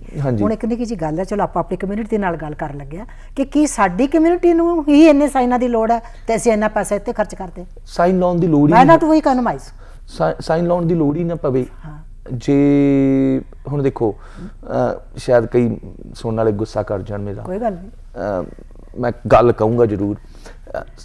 ਜਦੋਂ ਅਸੀਂ ਕੰਪੇਨ ਸ਼ੁਰੂ ਕੀਤਾ ਮੈਂ ਸਾਈਨ ਟੀਮ ਨੂੰ ਕਿਹਾ ਨਹੀਂ ਲਾਉਣੇ, ਕਿਉਂਕਿ ਮੈਂ ਕਿਹਾ ਫੈਡਰਲ ਇਲੈਕਸ਼ਨ ਆ ਰਹੀ ਆ, ਸਾਈਨ ਹੀ ਸਾਈਨ ਹੋ ਜਾਣੇ ਆ ਵੀ ਜਿਹੜੀ ਕਮਿਊਨਿਟੀ ਨੂੰ ਸਰਵ ਕਰਨਾ ਉਹਨੂੰ ਕਿਉਂ ਖਰਾਬ ਕਰੀਏ। ਤੇ ਸਾਈਨ ਦਾ ਰੰਗ ਵੀ ਵਾਈਟਿਸ਼ ਜਿਹਾ ਰੱਖਿਆ ਵੀ ਦੂਰੋਂ ਮੱਥੇ ਨਾ ਵੱਜੇ, ਕੁਛ ਨਹੀਂ ਹੁੰਦਾ ਇਹਨੂੰ।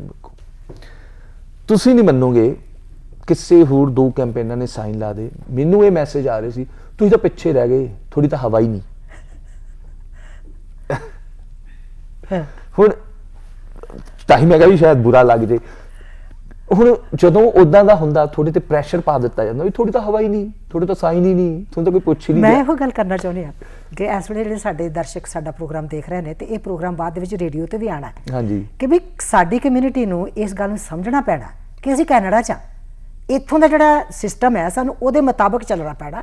ਮੈਂ ਇਸੇ ਕਰਕੇ ਤੁਹਾਡੇ ਨਾਲ ਇਲੈਕਸ਼ਨ ਦੀ ਗੱਲ ਕੀਤੀ ਹੈ, ਤੁਹਾਡੇ ਨਾਲ ਉਹਨਾਂ ਗਰੁੱਪਾਂ ਦੀ ਗੱਲ ਕੀਤੀ ਹੈ ਜਿਹੜੇ ਲਾਲਾ ਵਾਲੇ ਤੁਹਾਨੂੰ ਚਾਹੀਦੇ ਹੁੰਦੇ ਨੇ ਕਿ ਸਾਨੂੰ ਅਵੇਅਰਨੈਸ ਚਾਹੀਦੀ ਹੈ, ਸਾਨੂੰ ਵੀ ਚੇਤਨ ਹੋਣਾ ਚਾਹੀਦਾ ਕਿ ਅਸੀਂ ਜਿਸ ਸਿਸਟਮ ਦੇ ਵਿੱਚ ਆਏ ਹਾਂ ਸਾਨੂੰ ਉਸ ਸਿਸਟਮ ਦੇ ਮੁਤਾਬਕ ਅਸੀਂ ਚੱਲੀਏ, ਨਾ ਕਿ ਅਸੀਂ ਉਹ ਚੀਜ਼ਾਂ ਲੈ ਕੇ ਆਈਏ ਜਿਹੜੀਆਂ ਸਾਡੇ ਮਨਪਸੰਦ ਨੇ। ਉਹ ਠੀਕ ਹੈ, ਸਾਡੀਆਂ ਮਨਪਸੰਦ ਹੈ, ਸਾਡਾ ਕਲਚਰ ਸਾਡੇ ਨਾਲ ਆਉਣਾ ਚਾਹੀਦਾ, ਸਾਡਾ ਸੱਭਿਆਚਾਰ ਹੈ ਬੜਾ ਇੱਕ ਕਹਿ ਲਓ ਕਿ ਕੀਮਤੀ ਖਜ਼ਾਨਾ ਹੈ, ਪਰ ਕੁਝ ਚੀਜ਼ਾਂ ਨੇ ਜਿਨ੍ਹਾਂ ਨੂੰ ਸਾਨੂੰ ਲੱਗਦਾ ਹੈ ਕਿ ਸਾਨੂੰ ਉਹਨਾਂ ਤੋਂ ਪਰੇ ਹੋਣਾ ਚਾਹੀਦਾ। ਤੇ ਮੈਨੂੰ ਲੱਗਦਾ ਕਿ ਰਾਜ ਵੀ ਮੇਰੇ ਨਾਲ ਨਹੀਂ। ਦੇਖੋ ਬਿਲਕੁਲ, ਕਈ ਮੈਨੂੰ ਤੁਹਾਡੀ ਹੁਣ ਇੰਟਰਵਿਊ ਦੇਖ ਕੇ ਕਹਿਣਗੇ ਵੀ ਇਹ ਤਾਂ ਪੋਲੀਟੀਸ਼ੀਅਨ ਹੈ ਹੀ ਨਹੀਂ ਯਾਰ, ਇਦਾਂ ਦੀਆਂ ਗੱਲਾਂ ਕਰੀ ਜਾਂਦਾ। ਮੈਂ ਫਿਰ ਉਹੀ ਕਰਨਾ ਵੀ ਦਿਲੋਂ ਗੱਲ ਕਰ ਰਿਹਾ ਮੈਂ। ਸਾਨੂੰ ਵੀ ਚੇਂਜ ਹੋਣਾ ਪਊਗਾ ਕਿਤੇ ਨਾ ਕਿਤੇ, ਜੇ ਅਸੀਂ ਆਪਣੇ ਬੱਚਿਆਂ ਨੂੰ ਇੱਕ ਵਧੀਆ ਫਿਊਚਰ ਦੇਣਾ, ਅਸੀਂ ਉਹਨਾਂ ਲਈ ਰੋਲ ਮਾਡਲ ਬਣਨਾ। ਹੁਣ ਇਹਦੀ ਗੱਲ ਵੀ ਕਰ ਲਈਏ ਆਪਾਂ, ਚਲੋ ਲੱਗੇ ਹੀ ਹੋਏ ਆ। ਵਾਰਡ 5 ਦੇ ਵਿੱਚ ਟੋਟਲ ਵੋਟ ਪਈ 16,500 ਟੋਟਲ ਵੋਟ। ਬਾਕੀ ਵਾਰਡਾਂ ਦੇ ਵਿੱਚ 16,500 ਲੈ ਕੇ ਕਾਉਂਸਲਰ ਬਣੇ ਨੇ। ਜਾਨੀ ਵੋਟ ਵੀ ਲੋਕਾਂ ਨੇ ਪੋਲ ਨਹੀਂ ਕੀਤੀ, ਵੋਟ ਨਹੀਂ ਅਸੀਂ ਪਾਉਣੀ ਤੇ ਸਾਈਨ ਅਸੀਂ ਇੰਨੇ ਲਾਏ ਤੇ ਜਸ਼ਨ ਅਸੀਂ ਇੰਨੇ ਮਨਾਏ। ਵੋਟ ਮੈਨੂੰ ਬੜੀ ਜਿੱਦਾਂ ਦੁੱਖ ਹੁੰਦਾ ਕਿ ਵੋਟ ਦਾ ਹੱਕ ਸਾਨੂੰ ਮਿਲਿਆ, ਕਾਲਣਾ ਕੜੀ ਅਸੀਂ ਗਦਰੀ ਬਾਬਿਆਂ ਦੇ ਮੇਲੇ ਮਨਾਉਣੇ ਆ। ਕਿਉਂ ਮਨਾਉਣੇ ਆ? ਉਹਨਾਂ ਨੂੰ ਇਕੁਆਲਿਟੀ ਚਾਹੀਦੀ ਸੀ। ਇਕੁਆਲਿਟੀ ਕਿਹਦੇ 'ਚ ਮਿਲਦੀ ਆ? ਵੋਟਿੰਗ ਰਾਈਟਸ ਤੇ। ਭਗਤ ਸਿੰਘ ਨੂੰ ਅਸੀਂ ਸੈਲੀਬ੍ਰੇਟ ਕਰਦੇ ਹਾਂ। ਭਗਤ ਸਿੰਘ ਕੀ ਚਾਹੁੰਦਾ ਸੀ? ਆਜ਼ਾਦੀ। ਆਜ਼ਾਦੀ ਕੀ? ਆਪ ਦਾ ਭਵਿੱਖ ਆਪ ਡਿਸਾਈਡ ਕਰੀਏ। ਕਿੱਦਾਂ? ਵੋਟ ਨਾਲ ਹੁੰਦਾ ਵਾ। ਇੱਥੇ ਸਾਨੂੰ ਵੋਟ ਮਿਲੀ, ਨਾਲੇ ਅਸੀਂ ਕੋਈ ਇੱਥੇ ਕੁਛ ਮਤਲਬ ਸਾਨੂੰ ਕਰਨਾ ਵੀ ਨਹੀਂ ਪਈ ਸਟਰਗਲ, ਅਸੀਂ ਉਹ ਵੋਟ ਯੂਜ਼ ਹੀ ਨਹੀਂ ਕਰ ਰਹੇ। ਹੁਣ ਡੋਰਸ ਤੇ ਜਾਈਦਾ ਸੀਗਾ ਤੇ ਮੈਨੂੰ ਕਈ ਕਹਿ ਦਿੰਦੇ ਸੀਗੇ ਵੀ ਅਗੇਨ ਸ਼ਾਇਦ ਕਿਸੇ ਨੂੰ ਬੁਰਾ ਲੱਗੇ, ਰਾਜ ਇੱਥੋਂ ਸਨੋ ਨਹੀਂ ਹਟਦੀ। ਮੈਂ ਕਿਹਾ ਜੀ ਬਿਲਕੁਲ, ਪਿਛਲੀ ਵਾਰ ਵੋਟ ਪਾਈ ਸੀ, ਨਹੀਂ ਪਾਈ ਸੀ, ਫਿਰ ਕੰਪਲੇਨ ਕਿਉਂ ਕਰ ਰਹੇ? ਜਦ ਤੁਹਾਨੂੰ ਓਪਰਚੁਨਿਟੀ ਮਿਲੀ ਸੀ ਚੇਂਜ ਲਿਆਉਣ ਦੀ, ਆਪਣਾ ਹੱਕ। ਕਈ ਵਾਰ ਉਹ ਕਹਿੰਦੇ ਜੀ ਕਿ ਸਾਨੂੰ ਹੱਕ ਨਹੀਂ ਮਿਲਦਾ। ਹੱਕ ਤੁਹਾਨੂੰ ਹਰ 4 ਸਾਲ ਬਾਅਦ ਮੌਕਾ ਮਿਲਦਾ, ਤੁਸੀਂ ਉਹਨੂੰ ਖੋਲੋ ਕਿੱਦਾਂ? ਵੋਟ ਪਾ ਕੇ। ਇਹ ਵੀ ਮੈਨੂੰ ਬੜੀ, ਹੁਣ ਮੇਰਾ ਇਹ ਪਰਸਨਲ ਮਿਸ਼ਨ ਆ ਕਿ ਅਗਲੇ 4 ਸਾਲ ਅਵੇਅਰਨੈਸ ਲਿਆਈਏ ਕਿ ਵੋਟ ਇੰਨਾ ਵੋਟ ਮਤਲਬ ਪਾਈਏ ਕਿ ਇਹ ਲੱਗੇ ਵੀ ਵਾਰਡ 5 ਜਾਗ ਪਿਆ। ਮੈਨੂੰ ਨਹੀਂ ਲੱਗਦਾ ਕਿ ਰਾਜ ਅਵੇਅਰਨੈਸ ਪ੍ਰੋਗਰਾਮ ਇੰਜ ਦੇ ਚਲਾਉਣੇ ਚਾਹੀਦੇ ਆ ਕਿ ਲੋਕਾਂ ਨੂੰ ਹਰ ਕਿਸਮ ਦੀ ਅਵੇਅਰਨੈਸ ਦਈਏ ਵੀ ਤੁਸੀਂ 311 ਦੀ ਵਰਤੋਂ ਕਰੋ। ਹਾਂਜੀ ਬਿਲਕੁਲ। ਅਸੀਂ 311 ਦੀ ਵਰਤੋਂ ਹੀ ਨਹੀਂ ਕਰਦੇ, ਅਸੀਂ ਦੱਸਦੇ ਹੀ ਨਹੀਂ ਕਿਸੇ ਨੂੰ ਕਿ ਸਾਨੂੰ ਪਾਰਕਿੰਗ ਦੀ ਇੱਥੇ ਪ੍ਰੋਬਲਮ ਆ ਰਹੀ ਹੈ, ਵੀ ਇੱਥੇ ਸਾਡੇ ਸਨੋ ਰਿਮੂਵਲ ਦੀ ਪ੍ਰੋਬਲਮ ਆ ਰਹੀ ਹੈ। ਮੈਂ ਇਹਦੀ ਵੀ ਥੋੜੀ ਜਿਹੀ ਗੱਲ ਕਰਨੀ ਹੈ। ਤੇ ਇਸੇ ਤਰ੍ਹਾਂ ਹੀ ਹੋਰ ਚੀਜ਼ਾਂ ਜਿਹੜੀਆਂ ਨੇ ਕਿ ਸਾਨੂੰ ਕੀ ਚਾਹੀਦਾ। ਹਾਂਜੀ, ਸਾਡੇ ਲੋਕਾਂ ਦੇ ਵਿੱਚ ਇਸ ਚੀਜ਼ ਦੀ ਅਵੇਅਰਨੈਸ ਦੀ ਬਹੁਤ ਘਾਟ ਆ। ਜੇਕਰ ਬੀਇੰਗ ਕਾਉਂਸਲਰ ਤੁਸੀਂ ਇਹ ਪ੍ਰੋਗਰਾਮ 'ਚ ਕਰੋ, ਅਸੀਂ ਕਈ ਵਾਰ ਪ੍ਰੋਗਰਾਮ ਕਰਦੇ ਆ, ਸਾਡੇ ਕੋਲ ਸਿਰਫ ਉਹ ਲੋਕ ਪਹੁੰਚੇ ਹੁੰਦੇ ਜਿਨ੍ਹਾਂ ਨੂੰ ਆਲਰੇਡੀ ਪਤਾ, ਅਸੀਂ ਰੂਟਸ ਤੱਕ ਨਹੀਂ ਜਾਂਦੇ। ਕੋਈ ਇਹੋ ਜਿਹਾ ਪ੍ਰੋਗਰਾਮ ਤੁਸੀਂ ਉਲੀਕੋ ਕਿ ਜਿਹਦੇ ਵਿੱਚ ਆਪਾਂ ਆਪਣੇ ਬਹੁਤ ਜ਼ਿਆਦਾ ਲੋਕਾਂ ਨੂੰ ਵੱਡੇ ਵੱਡੇ ਕਮਿਊਨਿਟੀ ਹਾਲਸ ਦੇ ਵਿੱਚ ਬੁਲਾ ਕੇ ਤੇ ਇਹਦੇ ਤੇ ਪ੍ਰੋਗਰਾਮ ਕਰ। ਹਾਂਜੀ, ਮੈਂ ਵੋਟ ਤੇ ਫਿਰ ਮੈਂ ਜਾਣਾ। ਇੱਕ ਵਾਰ ਮੈਂ ਡੋਰਸ ਤੇ ਇਹੀ ਕਹਿ ਰਿਹਾ ਸੀ ਕਿ ਪਲੀਜ਼ ਮੇਰੇ ਹੱਥ ਜੋੜੇ ਆ ਤੁਹਾਨੂੰ, ਵੋਟ ਜ਼ਰੂਰ ਪਾਓ। ਮੈਨੂੰ ਨਹੀਂ ਪਾਉਣੀ ਨਾ ਪਾਓ, ਵੋਟ ਜ਼ਰੂਰ ਪਾਓ, ਇਹ ਤੁਹਾਡਾ ਹੱਕ ਆ। ਤਾਂ ਹੀ ਇਹਨੂੰ ਸੀਕ੍ਰੇਟ ਬੈਲਟ ਕਹਿੰਦੇ ਆ, ਕਿ ਜਦੋਂ ਤੁਸੀਂ ਵੋਟ ਪਾ ਰਹੇ ਹੋ ਸਿਰਫ ਤੁਹਾਨੂੰ ਤੇ ਤੁਹਾਡੇ ਰੱਬ ਨੂੰ ਪਤਾ।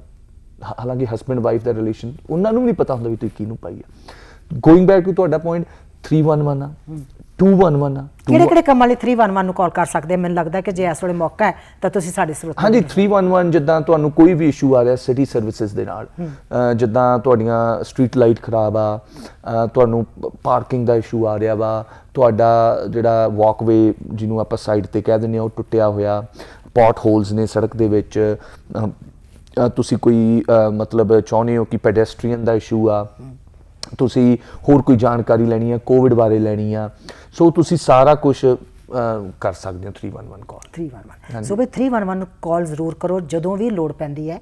ਗ੍ਰੰਬਲਿੰਗ ਕਰਨ ਦੀ ਬਜਾਏ ਖੜੇ ਹੋਵੋ ਤੇ ਖੜੇ ਹੋ ਕੇ ਕਾਲ ਜ਼ਰੂਰ ਕਰੋ। ਈਵਨ ਕੋਈ ਵੀ ਪ੍ਰੋਬਲਮ ਹੈ, ਮੈਨੂੰ ਲੱਗਦਾ 911 ਨਹੀਂ ਹੈ, 311 ਹੈ, ਤੁਸੀਂ ਕਿਸੇ ਨੂੰ ਵੀ ਕਾਲ ਕਰੋਗੇ ਉਹ ਅਗਾਂਹ ਤੁਹਾਨੂੰ ਉੱਥੋਂ ਤੱਕ ਸਰਵਿਸਿਜ਼ ਤੱਕ ਪਹੁੰਚਾ ਦਿੰਦੇ ਨੇ। ਸੁਣਨ ਵਾਲਿਆਂ ਨੂੰ ਦੇਖਣ ਵਾਲਿਆਂ ਨੂੰ ਪਤਾ ਨਹੀਂ ਹੈ 211 ਵੀ ਆ। ਹਾਂ 211 ਹਾਂਜੀ, ਉਹ 211 ਜ਼ਿਆਦਾ ਸੋਸ਼ਲ ਸਰਵਿਸਿਜ਼ ਵਾਲਾ। ਜੇ ਤੁਸੀਂ ਘਰੇ ਹੋ, ਤੁਹਾਨੂੰ ਫੂਡ ਚਾਹੀਦਾ, ਤੁਸੀਂ ਕਾਲ ਕਰ ਸਕਦੇ ਹੋ, ਤੁਹਾਨੂੰ ਫੂਡ ਵੀ ਮਿਲੂਗਾ। ਜੇ ਤੁਸੀਂ ਮਤਲਬ ਤੁਹਾਡੀ ਮੋਬਿਲਿਟੀ ਰਿਸਟ੍ਰਿਕਟਡ ਆ ਜਾਂ ਤੁਸੀਂ ਬਾਹਰ ਜਾਣਾ ਚਾਹੁੰਦੇ ਹੋ ਤੇ ਤੁਹਾਡੇ ਕੋਲ ਕੋਈ ਰਾਈਡ ਨਹੀਂ ਗਈ, ਤੁਸੀਂ ਬਜ਼ੁਰਗ ਹੋ, ਤੁਸੀਂ ਕਾਲ ਕਰੋ, ਤੁਹਾਨੂੰ ਰਾਈਡ ਵੀ ਮਿਲ ਸਕਦੀ ਹੈ। ਸੋ ਉੱਦਾਂ ਦੀਆਂ ਸਰਵਿਸਿਜ਼ ਆ। ਤੁਹਾਨੂੰ ਸ਼ੈਲਟਰ ਦੀ ਪ੍ਰੋਬਲਮ ਆ, ਹੈ ਨਾ, ਵੀ ਤੁਹਾਨੂੰ ਰਾਤ ਨੂੰ ਕਿਤੇ ਰਹਿਣਾ ਵਾ, ਤੁਸੀਂ ਵੀ ਅੱਜ ਮੈਨੂੰ ਚਾਹੀਦਾ ਵਾ, ਉਹ ਵੀ ਤੁਸੀਂ ਕਾਲ ਕਰ ਸਕਦੇ ਹੋ। ਸੋ ਆਪਾਂ ਨੂੰ ਜ਼ਿਆਦਾ ਪਤਾ ਨਹੀਂ। ਉਹ ਪਿਛਲੇ ਜਿਹੜੀ ਰਿਪੋਰਟ ਆਈ ਸੀਗੀ ਪਿਛਲੇ ਸਾਲ ਦੇ ਵਿੱਚ ਵਾਰਡ 5 ਸਿਰਫ 550 ਕਾਲਾਂ ਹੋਈਆਂ ਸੀਗੀਆਂ 211 ਦੀਆਂ। 311 ਤੁਸੀਂ ਜਿੱਦਾਂ ਗੱਲ ਕੀਤੀ, ਮੈਂ 311 ਦੇ ਜਿਹੜੇ ਮੈਨੇਜਰ ਆ ਉਹਨਾਂ ਨਾਲ ਗੱਲ ਕੀਤੀ ਸੀਗੀ। ਜਿੱਦਾਂ ਉਹਨਾਂ ਨੇ ਕਿਹਾ ਕਿ 1.2 ਮਿਲੀਅਨ ਸਾਡੇ ਕੋਲ ਕਾਲਸ ਆਉਂਦੀਆਂ ਹਰ ਸਾਲ, ਤੇ ਉੱਥੇ ਪੰਜਾਬੀ, ਹਿੰਦੀ, ਹੋਰ ਲੈਂਗੁਏਜਸ ਦੀ ਵੀ ਉਹ ਹੈਗੀ ਆ ਫੈਸਿਲਿਟੀ। ਤੁਸੀਂ ਫੋਨ ਕਰੋ, ਤੁਹਾਨੂੰ ਇੰਗਲਿਸ਼ ਨਹੀਂ ਆਉਂਦੀ, ਆਲ ਯੂ ਗੋਟ ਕਹਿਣਾ ਵੀ ਪੰਜਾਬੀ। ਗਾਰੰਟੀ ਨਹੀਂ ਕਿ ਪੰਜਾਬੀ ਆਪਰੇਟਰ ਤੁਹਾਨੂੰ ਮਿਲ ਜੂ, ਪਰ ਮਿਲ ਜੂ ਇਵੈਂਚੁਅਲੀ। ਹੁਣ ਮੇਰਾ ਇੱਕ ਜਿਹੜਾ ਫੋਕਸ ਆ, ਮੈਂ ਕੋਸ਼ਿਸ਼ ਕਰ ਰਿਹਾ ਵਾਂ ਕਿ ਜਿਹੜਾ ਮੇਰਾ ਫਰਸਟ ਟਾਊਨ ਹਾਲ ਹੋਵੇ ਉਹ 311 ਤੇ ਕਰੀਏ। ਮੈਂ ਉਹਨਾਂ ਨਾਲ ਐਡਮਿਨਿਸਟ੍ਰੇਸ਼ਨ ਨਾਲ ਗੱਲ ਕੀਤੀ ਆ ਤੇ ਉਹ ਵਿਲਿੰਗ ਨੇ ਆ ਕੇ ਆਪ ਆਉਣਗੇ, ਆਪ ਆਪਣੀ ਟੀਮ ਲੈ ਕੇ ਆਉਣਗੇ ਤੇ ਸਾਰੀ ਪ੍ਰੋਸੈਸ ਦੱਸਣਗੇ। ਕਿਹਨੂੰ ਦੱਸਣਗੇ? ਜਿਹੜੇ ਵੀ ਉੱਥੇ ਟਾਊਨ ਹਾਲ ਦੇ ਵਿੱਚ ਆਉਣਾ ਚਾਹੁੰਦੇ ਨੇ। ਹੁਣ ਟਾਊਨ ਹਾਲ 'ਚ ਕੋਈ ਪਹੁੰਚੇਗਾ ਤੇ ਤਾਂ ਹੀ ਹੋਏਗਾ। ਦੇਖੋ ਹੁਣ ਇਹ ਤਾਂ ਮੈਂ ਇਹਦੇ ਲਈ ਕੋਈ ਐਡਵਰਟਾਈਜ਼ਮੈਂਟ ਕੋਈ ਉਹ ਤਾਂ ਕਰਾਂਗੀ, ਉਹ ਤਾਂ ਮੈਂ ਕਰੂੰਗਾ ਹੀ, ਹਨਾ। ਟਾਊਨ ਹਾਲ ਮੀਟਿੰਗ ਜਿਹੜੀ ਉਹ ਕਿਹੜੀ, ਉਹਦੇ ਲਈ ਕਿਹੜੀ ਜਗ੍ਹਾ ਨਿਸ਼ਚਿਤ ਕਰਦੇ ਹੋ? ਆਪਾਂ ਕੋਸ਼ਿਸ਼ ਉਸ ਕਮਿਊਨਿਟੀ ਦੇ ਵਿੱਚ ਕਰਦੇ ਹੋ? ਹਾਂਜੀ, ਦੇਖੋ ਟਾਊਨ ਹਾਲ ਜਿਹੜੀ ਹੁੰਦੀ ਹੈ ਸੈਂਟਰਲ ਜੀ ਪਲੇਸ ਲੱਭੀ ਦੀ ਆ, ਜਿੱਦਾਂ genesis is a good place, ਹੈ ਨਾ, ਕਿਉਂਕਿ ਸਾਰੀਆਂ ਕਮਿਊਨਿਟੀਜ਼ ਨੇੜੇ ਪੈ ਜਾਂਦੀਆਂ। ਪਰ ਹੋਰ ਵੀ ਜੇ ਕੋਈ ਹੈਗੀ ਹੈ ਜਗ੍ਹਾ, ਤੇ ਉਹਦੇ ਵਿੱਚ ਮੇਰੀ ਕੋਸ਼ਿਸ਼ ਇਹੀ ਆ ਕਿ ਆਪਾਂ ਉਹਨੂੰ ਇੱਕ ਜਿਹਨੂੰ ਇਨਫੋਰਮੇਸ਼ਨ ਸੈਸ਼ਨ ਰੱਖੀਏ, ਤੇ ਉਹਦੇ ਵਿੱਚ ਮੇਰੀ ਉਹਨਾਂ ਨਾਲ ਕਨਵਰਸੇਸ਼ਨ ਚੱਲ ਰਹੀ ਆ ਕਿ ਤੁਸੀਂ ਆ ਕੇ ਦੱਸੋ ਵੀ 311 ਹੈ ਕੀ, ਇਹਦੇ ਕੀ ਫਾਇਦੇ ਨੇ, ਇਹ ਕਦੋਂ ਯੂਜ਼ ਕੀਤਾ ਜਾ ਸਕਦਾ, ਇਹ ਕਿਹੜੀਆਂ ਜ਼ਬਾਨਾਂ ਦੇ ਵਿੱਚ ਆ, 311 ਕਰਕੇ ਤੁਸੀਂ ਕਿੱਦਾਂ ਕਾਉਂਸਲ। ਹੁਣ ਮੈਂ ਤੁਹਾਨੂੰ ਦੱਸਦਾ ਕਿ ਮੇਰਾ ਫੋਨ ਹੈਗਾ, ਉਹਦੇ 'ਤੇ ਕਾਲ ਆ ਜਾਂਦੀ ਹੈ ਕਿ ਭਾਜੀ ਆਹ ਕੰਮ, ਮੈਂ ਉਹਨਾਂ ਨੂੰ ਕਹਿੰਦਾ ਜੀ ਕਿ ਮੈਂ ਆਈ ਕੈਨੋਟ ਡੂ ਮੱਚ, ਤੁਹਾਨੂੰ ਪਹਿਲਾਂ 311 ਕਾਲ ਕਰੋ, ਸਰਵਿਸ ਨੰਬਰ ਮਿਲ ਜੂ ਤੁਹਾਨੂੰ, ਉਸ ਤੋਂ ਬਾਅਦ ਉਹ ਸਰਵਿਸ ਨੰਬਰ ਮੈਨੂੰ ਈਮੇਲ ਕਰੋ ਸਾਡੇ ਆਫਿਸ ਨੂੰ। ਹੁਣ ਮੇਰੇ ਕੋਲ ਡਾਕੂਮੈਂਟੇਸ਼ਨ ਹੋ ਗਈ, ਉਦੋਂ ਬਾਅਦ ਅਸੀਂ ਉਹਨੂੰ ਪਰਸੂ ਕਰਾਂਗੇ ਅੱਗੇ, ਕਿਉਂਕਿ ਜਦੋਂ ਤੁਸੀਂ ਕਿਸੇ ਕੋਲ ਜਾਂਦੇ ਹੋ ਦੇ ਲੁੱਕ ਫॉर ਡਾਕੂਮੈਂਟੇਸ਼ਨ।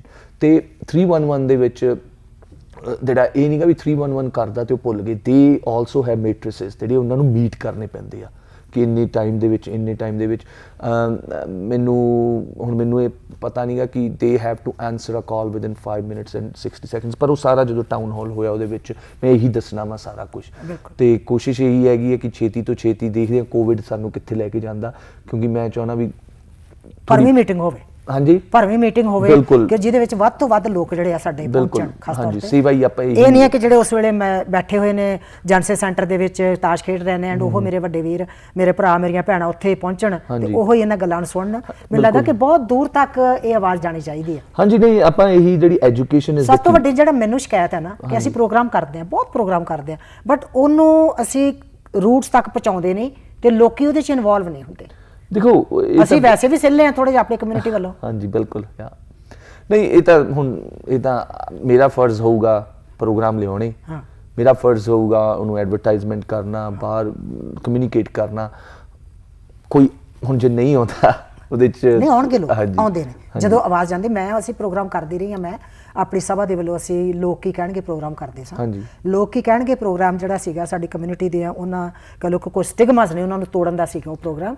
ਤੇ ਕਰੀਬ ਸਾਡੇ ਕੋਲ ਫਾਲਕਨ ਰਿਜ ਕਮਿਊਨਿਟੀ ਹਾਲ ਦੇ ਵਿੱਚ 100 ਬੰਦਾ ਜਿਹੜਾ ਸੀ ਉਹ ਮੈਂ ਜਾਂਦਾ ਵੀ ਸੀ। ਅਟੈਂਡ ਕੀਤੇ ਨੇ। ਹਾਂ, ਤੇ ਜੇ ਉਦੋਂ ਵੱਡਾ ਵੀ ਮੈਨੂੰ ਲੱਗਦਾ ਹਾਲ ਹੁੰਦਾ ਤਾਂ ਉਹਦੇ ਵਿੱਚ ਜ਼ਿਆਦਾ ਲੋਕ ਵੀ ਆ ਸਕਦੇ ਸੀ। ਸੋ ਅਸੀਂ ਇਸ ਵੇਲੇ ਗੱਲਬਾਤ ਕਰ ਰਹੇ ਹਾਂ ਰਾਜ ਧਾਲੀਵਾਲ ਨਾਲ, ਤੇ ਛੋਟੀ ਜਿਹੀ ਬ੍ਰੇਕ ਲੈਂਦੇ ਹਾਂ, ਤੇ ਬ੍ਰੇਕ ਤੋਂ ਬਾਅਦ ਥੋੜ੍ਹੀਆਂ ਜਿਹੀਆਂ ਸ਼ਿਕਾਇਤਾਂ ਵੀ ਅਸੀਂ ਰਾਜ ਧਾਲੀਵਾਲ ਕੋਲ ਕਰਨੀਆਂ ਸਿਟੀ ਦੀਆਂ, ਤੇ ਬ੍ਰੇਕ ਤੋਂ ਬਾਅਦ ਫਿਰ ਰਾਜ ਧਾਲੀਵਾਲ ਹੋਣਾ ਦੇ ਨਾਲ ਗੱਲ ਸਾਡੀ ਜਾਰੀ ਰਹੂਗੀ।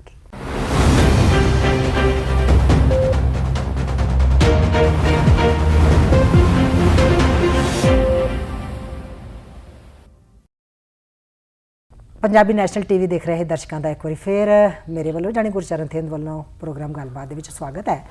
ਗੱਲਬਾਤ ਅਸੀਂ ਕਰ ਰਹੇ ਹਾਂ ਰਾਜ ਧਾਲੀਵਾਲ ਉਹਨਾਂ ਦੇ ਨਾਲ, ਜਿਹੜੇ ਕਿ ਹੁਣੇ ਹੀ ਕਾਉਂਸਲਰ ਬਣੇ ਨੇ, ਸਿਟੀ ਕਾਉਂਸਲ ਦੇ ਵਿੱਚ ਪਹੁੰਚੇ ਨੇ, ਕੈਲਗਰੀ ਕਾਉਂਸਲ ਦੇ ਵਿੱਚ ਪਹੁੰਚੇ ਨੇ। ਬੜਾ ਕਹਿ ਲਓ ਕਿ ਉਹਨਾਂ ਦੇ ਕੋਲ ਫਰੈਸ਼ ਤਾਜ਼ੇ ਉਹਨਾਂ ਦੇ ਖਿਆਲ ਨੇ, ਤਾਜ਼ੀਆਂ ਸੋਚਾਂ ਨੇ, ਤਾਜ਼ੇ ਵਿਚਾਰ ਨੇ, ਜਿਹੜੇ ਕਿ ਉਹ ਸਾਡੀ ਕਮਿਊਨਿਟੀ ਦੇ ਨਾਲ ਸਾਂਝੇ ਕਰ ਰਹੇ ਨੇ।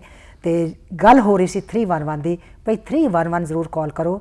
ਨਾਰਥ ਈਸਟ ਹੁਣ ਨੋ ਇੰਗਲਿਸ਼ ਜ਼ੋਨ ਨਹੀਂ ਹੈ, ਬਲਕਿ ਇਹ ਇੱਕ ਬਹੁਤ ਹੀ ਪ੍ਰੋਗਰੈਸਿਵ, ਬਹੁਤ ਹੀ ਪ੍ਰਗਤੀਸ਼ੀਲ ਏਰੀਆ ਬਣਨ ਵਾਲਾ ਹੈ। ਪਿਛਲੇ 4 ਸਾਲਾਂ ਦੇ ਵਿੱਚ ਵੀ ਸਾਡੇ ਜਿਹੜੇ ਚਾਲ ਕਾਉਂਸਲਰ ਸੀ ਉਹਨਾਂ ਨੇ ਵੀ ਬਹੁਤ ਹਾਰਡ ਵਰਕ ਕੀਤਾ ਇਹਦੇ 'ਤੇ। ਬਾਕੀ ਰਹਿੰਦਾ ਕੰਮ ਰਾਜ ਧਾਲੀਵਾਲ ਹੋਣਾ ਨੇ ਕਰਨਾ। ਰਾਜ ਧਾਲੀਵਾਲ ਇੱਕ ਗੱਲ ਤੁਹਾਡੇ ਨਾਲ ਕਰਨੀ ਹੈ ਕਿ ਇਸੇ ਸਮੇਂ ਦੇ ਦੌਰਾਨ ਜਦੋਂ ਕਿ ਕਨਵੈਸਿੰਗ ਚੱਲ ਰਹੀ ਸੀ ਇਸ ਇਲੈਕਸ਼ਨ ਦੀ, ਚੋਣਾਂ ਦੀ, ਉਸ ਵੇਲੇ ਆਪਣਾ ਜੈਨਸੇ ਸੈਂਟਰ ਦੇ ਬਾਹਰ ਜਿਹੜਾ ਨਵਾਂ ਇੱਕ ਗਰਾਊਂਡਸ ਬਣਿਆ ਨੇ, ਐਸਟ੍ਰੋਟਰਫ ਬਣਿਆ, ਉਹ ਜਿਹੜਾ ਹੈ ਉਹ ਸਮਰਪਿਤ ਕੀਤਾ ਗਿਆ ਸੀ ਲੋਕਾਂ ਨੂੰ। ਤੁਸੀਂ ਵੀ ਉੱਥੇ ਪਹੁੰਚੇ ਹੋਏ ਸੀਗੇ, ਉੱਥੇ ਚਾਲ ਵੀ ਸੀਗੇ, ਨੈਂਸ਼ੀ ਹੁਣੀ ਵੀ ਸੀਗੇ। ਉਹਦੇ ਵਿੱਚ ਇੱਕ ਛੋਟੀ ਜਿਹੀ ਸ਼ਿਕਾਇਤ ਸਾਨੂੰ ਇਹ ਆਉਂਦੀ ਹੈ ਬਈ ਇਹ ਜਿਹੜਾ ਬਣਿਆ ਹੈ ਪੂਰੇ ਸਹਿਯੋਗ ਦੇ ਨਾਲ, ਸਿਟੀ ਦੇ ਸਹਿਯੋਗ ਦੇ ਨਾਲ ਬਣਿਆ ਹੈ। ਇਹਦੇ ਵਿੱਚ ਆਪਣੀ ਪ੍ਰੋਵਿੰਸ ਦੇ ਵੱਲੋਂ ਵੀ ਪੈਸਾ ਲੱਗਿਆ ਹੈ, ਤੇ ਉਹਨਾਂ ਕੋਲ ਪੈਸਾ ਜਿਹੜਾ ਉਹ ਜੈਨਸੇ ਸੈਂਟਰ ਨੇ ਲਾਇਆ, ਪਰ ਇਹਦਾ ਪੂਰੇ ਦਾ ਪੂਰਾ ਕੰਟਰੋਲ ਜੈਨਸੇ ਸੈਂਟਰ ਕੋਲ ਹੈ। ਤੇ ਹੁਣ ਇੱਕ ਛੋਟੀ ਜਿਹੀ ਸ਼ਿਕਾਇਤ ਇਹ ਆ ਰਹੀ ਹੈ ਜਿਹੜੀ ਮੈਂ ਵੀ ਮਹਿਸੂਸ ਕੀਤਾ, ਤੇ ਮੈਨੂੰ ਜਦੋਂ ਪਤਾ ਲੱਗਾ ਮੈਨੂੰ ਵੀ ਬੜਾ ਹੌਲ ਜਿਹਾ ਪਿਆ ਬਈ ਇੱਥੇ ਜਿੰਨੇ ਵੀ ਜਾਣਾ ਹੈ ਉਹਨਾਂ ਨੂੰ ਪੇ ਕਰਨਾ ਪੈਣਾ। ਬਿਲਕੁਲ ਜੀ। ਮੈਂ ਤਾਂ ਪਤਾ ਸੋਚਿਆ ਸੀ ਵੀ ਓਪਨ ਗਰਾਊਂਡਸ ਨੇ, ਜਿਹੜਾ ਮਰਜ਼ੀ ਜਾਵੇ ਤੇ ਖੇਡੇ ਤੇ ਕਰੇ, ਬਟ ਉਹ ਕਹਿੰਦੇ ਨੇ ਕਿ $120 ਪ੍ਰਤੀ ਘੰਟੇ ਦੇ ਹਿਸਾਬ ਦੇ ਨਾਲ ਚਾਰਜ ਕੀਤਾ ਜਾਂਦਾ ਹੈ। ਸੋ ਮੈਨੂੰ ਇਹ ਲੱਗਦਾ ਕੁਝ ਮਹਿੰਗਾ ਜਾਣੀਗਾ। ਹਾਂਜੀ, ਨਹੀਂ ਦੇਖੋ, ਪਹਿਲਾਂ ਤਾਂ ਮੈਂ ਉਹ ਨਾਰਥ ਈਸਟ ਨੋ ਇੰਗਲਿਸ਼ ਵਾਲੀ ਤਾਂ ਇੱਕ ਮਜ਼ਾਕ ਆ, ਕੋਈ ਉਹਨੂੰ ਸੀਰੀਅਸ ਨਾ ਲਵੇ, ਉਹ ਤਾਂ ਮਜ਼ਾਕ ਨਹੀਂ। ਖੈਰ ਚਲੋ, ਮੈਂ ਵੀ ਮਜ਼ਾਕ ਜੋ ਕੀ ਕਰ ਦਿੰਦੇ ਆ ਆਪਾਂ। ਹੁਣ ਉਸ ਲੈਵਲ ਤੋਂ ਬਹੁਤ ਅੱਗੇ ਆ ਗਏ ਆ ਹੁਣ ਤਾਂ ਆਪਣੇ, ਮਤਲਬ ਬਹੁਤ ਜਿੱਦਾਂ ਬੱਚੇ ਸਾਡੇ ਬਜ਼ੁਰਗ ਦੇ ਆਰ ਵੈਲ ਕੰਪੀਟੈਂਟ, ਤੇ English is not a problem ਉਹਨਾਂ ਲਈ।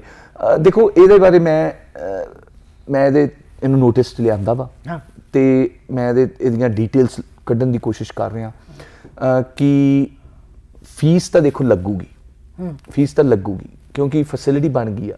ਫੈਸਿਲਿਟੀ ਨੂੰ ਮੇਨਟੇਨ ਕਰਨ ਲਈ ਖਰਚਾ ਹੋਊਗਾ, ਕਿਉਂਕਿ ਜੇ ਤੁਸੀਂ ਉਹਨੂੰ ਫ੍ਰੀ ਕਰਦਾ, ਉਹ ਹੋ ਜਾਂਦੀ ਹੈ ਟ੍ਰੈਜੇਡੀ ਆਫ ਕਾਮਨਸ। ਸ਼ਾਇਦ ਤੁਸੀਂ ਸੁਣੀ ਹੋਵੇ ਵੀ ਉਹਨੂੰ ਹਰ ਕੋਈ ਉਹਨੇ ਵਰਤੀ ਜਾਣਾ, ਸਾਂਝੀ ਬੁੱਢੀ ਕੋਈ ਨਾ ਪੁੱਟੇ, ਉਹਨੇ ਖਰਾਬ ਹੋ ਜਾਣਾ ਬਹੁਤ ਛੇਤੀ। ਸੋ ਉਹਨੂੰ ਮੇਨਟੇਨ ਕਰਨ ਦੇ ਲਈ ਫੀਸ ਤਾਂ ਮੈਂ ਹੱਕ 'ਚ ਫੀਸ ਲੱਗੂਗੀ, ਪਰ ਫੀਸ ਅਫੋਰਡੇਬਲ ਹੋਵੇ। ਕਿਉਂਕਿ ਇੱਕ ਮੈਂ ਇਹ ਵੀ ਆ ਕਿ ਜਿਹੜਾ ਰੈਕ੍ਰੀਏਸ਼ਨ ਆ ਨਾਰਥ ਈਸਟ ਦੇ ਵਿੱਚ ਫੈਸਿਲਿਟੀਜ਼ ਤਾਂ ਆਈ ਹੈ ਜਿੱਦਾਂ ਜੈਨਸਿਸ, ਪਰ ਉਹ ਕਈ ਫੈਮਲੀਜ਼ ਲਈ ਅਫੋਰਡੇਬਲ ਨਹੀਂ। ਖਾਸ ਕਰ ਜਦੋਂ ਫੈਮਲੀਆਂ ਨਵੀਆਂ ਆਉਂਦੀਆਂ, ਇਮੀਗ੍ਰੈਂਟ ਫੈਮਲੀ ਆ, ਤੇ ਸਿਰਫ ਹਸਬੈਂਡ ਕੰਮ ਕਰ ਰਿਹਾ, ਵਾਈਫ ਘਰੇ ਆ, 3 ਬੱਚੇ ਨੇ, ਬੱਚਿਆਂ ਨੂੰ ਉਹ ਪਾ ਨਹੀਂ ਸਕਦੇ ਉਹਦੇ ਵਿੱਚ ਕਿਉਂਕਿ ਫੀਸ ਇੰਨੀਆਂ ਜ਼ਿਆਦਾ। ਮੈਂ ਇਹਨੂੰ ਬਿਲਕੁਲ ਨੋਟਿਸ ਦੇ ਵਿੱਚ ਲਿਆ ਵਾ, ਤੇ ਮੈਂ ਇਹ ਵੀ ਹੁਣ ਇਹਦੇ ਤੇ ਕੰਮ ਕਰ ਰਿਹਾ ਵਾਂ ਕਿ ਕਿਉਂ ਇੰਨੀਆਂ ਫੀਸ ਜ਼ਿਆਦਾ ਨੇ, ਰਾਈਟ, ਤੇ ਉਹਨਾਂ ਨੂੰ ਕਿਸ ਤਰ੍ਹਾਂ ਅਫੋਰਡੇਬਲ ਕੀਤਾ ਜਾ ਸਕਦਾ। ਇੱਕ ਸਿਟੀ ਦਾ ਪ੍ਰੋਗਰਾਮ ਹੈਗਾ ਵਾ ਜਿਹਨੂੰ ਕਹਿੰਦੇ ਫੇਅਰ ਐਂਟਰੀ ਸਬਸਿਡਾਈਜ਼ ਪ੍ਰੋਗਰਾਮ, ਉਹ ਰੈਕ੍ਰੀਏਸ਼ਨ ਤੇ ਵੀ ਹੁੰਦਾ ਵਾ।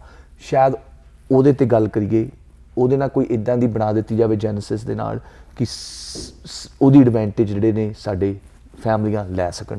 ਪਰ ਰੈਕ੍ਰੀਏਸ਼ਨ ਜਿਹੜੀ ਆ ਬੜੀ ਇੰਪੋਰਟੈਂਟ ਆ। ਮੈਂ ਆਪ ਸਪੋਰਟਸ ਖੇਡੀ ਆ, ਮੈਨੂੰ ਪਤਾ ਕਿ ਉਹ ਲਾਈਫ ਦੇ ਵਿੱਚ ਕੀ ਕੁਛ ਕਰਦੀਆਂ ਨੇ, team work, integrity, fair play, ਇਹ ਸਭ ਸਿਖਾਉਂਦੀਆਂ ਜੋ ਸਾਡੇ ਬੱਚਿਆਂ ਨੂੰ ਨਾਰਥ ਈਸਟ ਦੇ ਵਿੱਚ ਬਹੁਤ ਲੋੜ ਆ।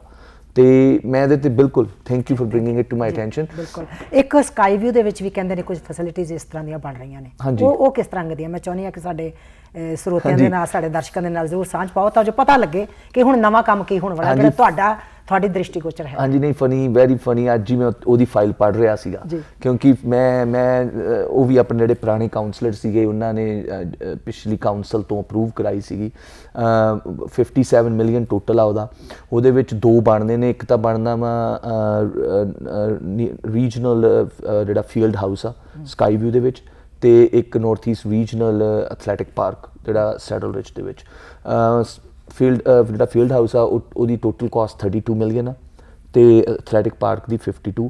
ਫੀਲਡ ਹਾਊਸ ਦੇ ਵਿੱਚ ਇੰਡੋਰ ਫੈਸਿਲਿਟੀਜ਼ ਹੋਣਗੀਆਂ ਤੇ ਇੱਧਰ ਓਪਨ ਫੈਸਿਲਿਟੀਜ਼ ਹੋਣਗੀਆਂ।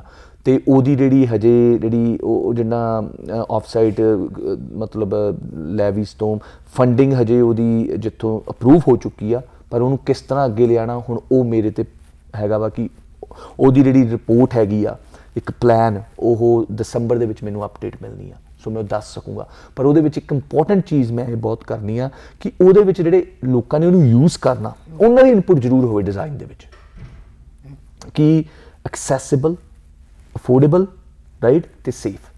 ਕਿਉਂਕਿ ਕਈ ਵਾਰ ਮੈਨੂੰ ਸੁਣਨ ਨੂੰ ਮਿਲਦਾ ਜੀ ਕਿ ਹਾਂਜੀ ਇਹ ਇੱਥੇ ਅਰੀਨਾ ਤਾਂ ਹੈਗਾ ਪਰ ਅਸੀਂ ਸੇਫ ਨਹੀਂ ਫੀਲ ਕਰਦੇ ਉੱਥੇ ਜਾਣਾ, ਤੇ ਐਕਸੈਸਿਬਲ ਨਹੀਂਗਾ ਉਹ, ਖਾਸ ਕਰ ਜਿੱਦਾਂ ਕਈ ਲੋਕਾਂ ਹੈਂਡੀਕੈਪ ਨੇ ਇੱਦਾਂ। ਹਾਂ, ਇਹਦੇ 'ਚ ਮੈਂ ਹੁਣ ਤੁਹਾਡੇ ਇੱਕ ਹੋਰ ਚੀਜ਼ ਨੂੰ ਲੈ ਕੇ ਆਵਾਂਗੀ ਤੁਹਾਡੇ ਕਿ ਲੋਕਾਂ ਦੀ ਉਹਦੇ 'ਚ ਇਨਵੋਲਵਮੈਂਟ। ਬਿਲਕੁਲ। ਮੈਨੂੰ ਯਾਦ ਆਉਂਦਾ ਕਿ ਜਦੋਂ ਜੈਨਸਿਸ ਸੈਂਟਰ ਬਣਿਆ ਸੀ, ਉਦੋਂ ਮੈਂ ਨਵੇਂ ਆਈ ਸਾਂ ਤੇ ਇੱਕ ਸਭਾ ਦੇ ਵਿੱਚ ਮੈਂ ਆਉਣਾ ਜਾਣਾ ਸ਼ੁਰੂ ਕੀਤਾ। ਇਹਨਾਂ ਦੀ ਜਿਹੜੀ ਪਲੈਨਿੰਗ ਹੁੰਦੀ ਸੀ ਉਹਦੇ ਵਿੱਚ ਮੈਂ ਵੀ ਸ਼ਾਮਲ ਸੀ। ਹਾਂਜੀ। ਖੈਰ ਚਲੋ ਮੈਨੂੰ ਤਾਂ ਉਦੋਂ ਪਤਾ ਨਹੀਂ ਸੀ ਕਿ ਕੀ ਹੋਣਾ ਚਾਹੀਦਾ, ਪਰ ਮੈਂ ਵੇਖਿਆ ਕਿ ਲੋਕਾਂ ਦੀ ਇਨਵੋਲਵਮੈਂਟ ਫਿਰ ਉੱਥੇ ਕੁਐਸਚਨ ਆਉਂਦਾ, ਹੁੰਦੀ ਨਹੀਂ, ਲੋਕੀ ਆਉਂਦੇ ਨਹੀਂ, ਕਿਉਂਕਿ ਆਪਾਂ ਲੋਕਾਂ ਨੂੰ ਪਤਾ ਹੀ ਨਹੀਂ ਕਿ ਸਾਨੂੰ ਪਹਿਲਾਂ ਦੱਸ ਦੇਣਾ ਚਾਹੀਦਾ ਸਾਨੂੰ ਕੀ ਚਾਹੀਦਾ। ਦੇਖੋ ਇਹ ਹੁਣ ਆਪਾਂ ਤੁਸੀਂ ਕਰਵਾਉਣੀ ਹੈ ਇਹ, ਤੇ ਫਿਰ ਆਪਾਂ ਦੇਖੋ ਮੇਰਾ ਇਹੀ ਆ ਕਿ ਉਹਦੇ ਵਿੱਚ ਇੰਗੇਜਮੈਂਟ ਜ਼ਰੂਰੀ ਆ, ਤੇ ਮੈਂ ਤਾਂ ਹੀ ਕਹਿ ਰਿਹਾ ਕਿ ਇੰਗੇਜਮੈਂਟ ਜਿਹੜੀ ਆ ਉਹ ਸੌਖੀ ਵੀ ਹੋ ਜਾਣੀ ਆ, ਕਿਉਂਕਿ ਕਾਉਂਸਲਰ ਤੁਹਾਡਾ ਪੰਜਾਬੀ ਬੋਲ ਲੈਂਦਾ, ਬਿਲਕੁਲ ਹਨਾ, ਕਾਉਂਸਲਰ ਤੁਹਾਡਾ ਹਿੰਦੀ ਬੋਲ ਲੈਂਦਾ, ਕਾਉਂਸਲਰ ਤੁਹਾਡਾ ਅੰਗਰੇਜ਼ੀ ਵੀ ਬੋਲ ਲੈਂਦਾ, ਤੁਹਾਨੂੰ ਕੋਈ ਇਸ਼ੂ ਨਹੀਂ ਹੋਣਾ ਚਾਹੀਦਾ। ਤੇ ਆਵੋ, ਮੈਂ ਇਹ ਨਹੀਂ ਕਹਿੰਦਾ ਵੀ ਇਹ ਤਿੰਨੋਂ ਹੋਰ ਵੀ ਰਹਿੰਦੇ ਨੇ ਆਪਣੇ ਉੱਥੇ ਭੈਣ ਭਰਾ, ਹੋਰ ਵੀ ਕਮਿਊਨਿਟੀਜ਼ ਦੇ, ਕੋਸ਼ਿਸ਼ ਕਰਾਂਗੇ ਉਹਨਾਂ ਲਈ ਵੀ ਆਪਾਂ ਉੱਥੇ ਟਰਾਂਸਲੇਟਰ ਰੱਖੀਏ ਤਾਂ ਜੋ ਆਓ। ਇੰਗੇਜ ਕਰਨਾ ਤੁਹਾਡੀ ਜ਼ਿੰਮੇਵਾਰੀ ਹੈ। ਮੈਂ ਤਾਂ ਉੱਥੇ ਖੋਲ ਸਕਦਾ ਕਿ ਜੀ ਇਹ ਪਲੇਟਫਾਰਮ ਖੋਲਦਾ, ਆਓ ਇੰਗੇਜ ਹੋ। ਐਡਵਰਟਾਈਜ਼ਮੈਂਟ ਤੁਸੀਂ ਜੇ ਨਹੀਂ ਆਉਂਦੇ, ਰੌਲਾ ਪਾਉਣਾ, ਆਪਾਂ ਦੱਸਣਾ ਲੋਕਾਂ ਨੂੰ ਕਿ ਹੋਣਾ ਪਹੁੰਚੋ, ਪਹੁੰਚਦੇ ਨਹੀਂ। ਹਾਂਜੀ, ਜਦੋਂ ਤੁਹਾਡੀ ਇਨਪੁਟ ਹੋਊਗੀ, ਉਹ ਜਿਹੜੀਆਂ ਫੈਸਿਲਿਟੀਜ਼ ਬਿਲਡ ਹੋਣਗੀਆਂ, ਡਿਵੈਲਪ ਹੋਣਗੀਆਂ, ਡਿਜ਼ਾਈਨ ਹੋਣਗੀਆਂ, ਪਲਾਨ ਹੋਣਗੀਆਂ, ਉਹ ਤੁਹਾਡੇ ਲਈ ਹੋਣਗੀਆਂ, ਕਿਉਂਕਿ ਤੁਸੀਂ ਨਹੀਂ ਚਾਹੁੰਦੇ ਕਿ ਉੱਥੇ ਉਹ ਫੈਸਿਲਿਟੀ ਬਣ ਜੇ ਉਸ ਤੋਂ ਬਾਅਦ ਉਹ ਯੂਜ਼ ਹੀ ਨਾ ਹੋਵੇ, ਕਿਉਂਕਿ ਤੁਸੀਂ ਉਹਨੂੰ ਯੂਜ਼ ਹੀ ਨਹੀਂ ਕਰ ਰਹੇ। ਹੁਣ ਜਿਸ ਤਰ੍ਹਾਂ ਮੈਂ ਤੁਹਾਨੂੰ ਐਗਜ਼ਾਮਪਲ ਦਿੰਦਾ, ਮੈਂ ਆਪ ਫੀਲਡ ਹਾਕੀ ਖੇਡੀ ਆ, ਤੇ ਫੀਲਡ ਹਾਕੀ ਦੇ ਆਪਣੇ ਕਲੱਬ ਬੜੇ ਨੇ ਇੱਥੇ, ਤੇ ਮੈਨੂੰ ਇਲੈਕਸ਼ਨ 'ਚ ਵੀ ਕਿ ਸਾਨੂੰ ਫੀਲਡ ਹਾਕੀ ਫੀਲਡ ਚਾਹੀਦਾ, ਤੇ ਮੈਂ ਕਿਹਾ ਵੀ ਜ਼ਰੂਰ ਲਿਆਵਾਂਗੀ, ਕਿਉਂਕਿ ਮੰਗ ਬਹੁਤ ਆ। ਹੁਣ ਉਹਨੂੰ ਕਿੱਥੇ ਲਾਉਣਾ, ਕਿੱਦਾਂ ਕਰਨਾ, ਉਹ ਸਾਰਾ ਇਨਪੁਟ ਨਾਲ ਹੋਊਗਾ। ਇੱਕ ਮੰਗ ਮੈਂ ਵੀ ਰੱਖਣਾ ਚਾਹੁੰਦੀ, ਹਾਂਜੀ ਆਪਣੇ ਕਹਿੰਦੇ ਨੇ ਕਿ ਇੱਥੇ ਇੱਕ ਗੁਰਦੁਆਰਾ ਕੰਸਟਰਕਟ ਹੋ ਰਿਹਾ, ਕਿਹੜੇ ਆਈ ਡੋਨਟ ਨੋ ਕਿਹੜੇ, ਕਿੱਥੇ 80 ਤੇ ਆਈ ਡੋਨਟ ਨੋ ਕਿੱਥੇ ਹੋ ਰਿਹਾ। ਹਾਂਜੀ, ਸਾਨੂੰ ਤੁਹਾਨੂੰ ਸ਼ਾਇਦ ਜ਼ਿਆਦਾ ਪਤਾ ਹੋਣਾ।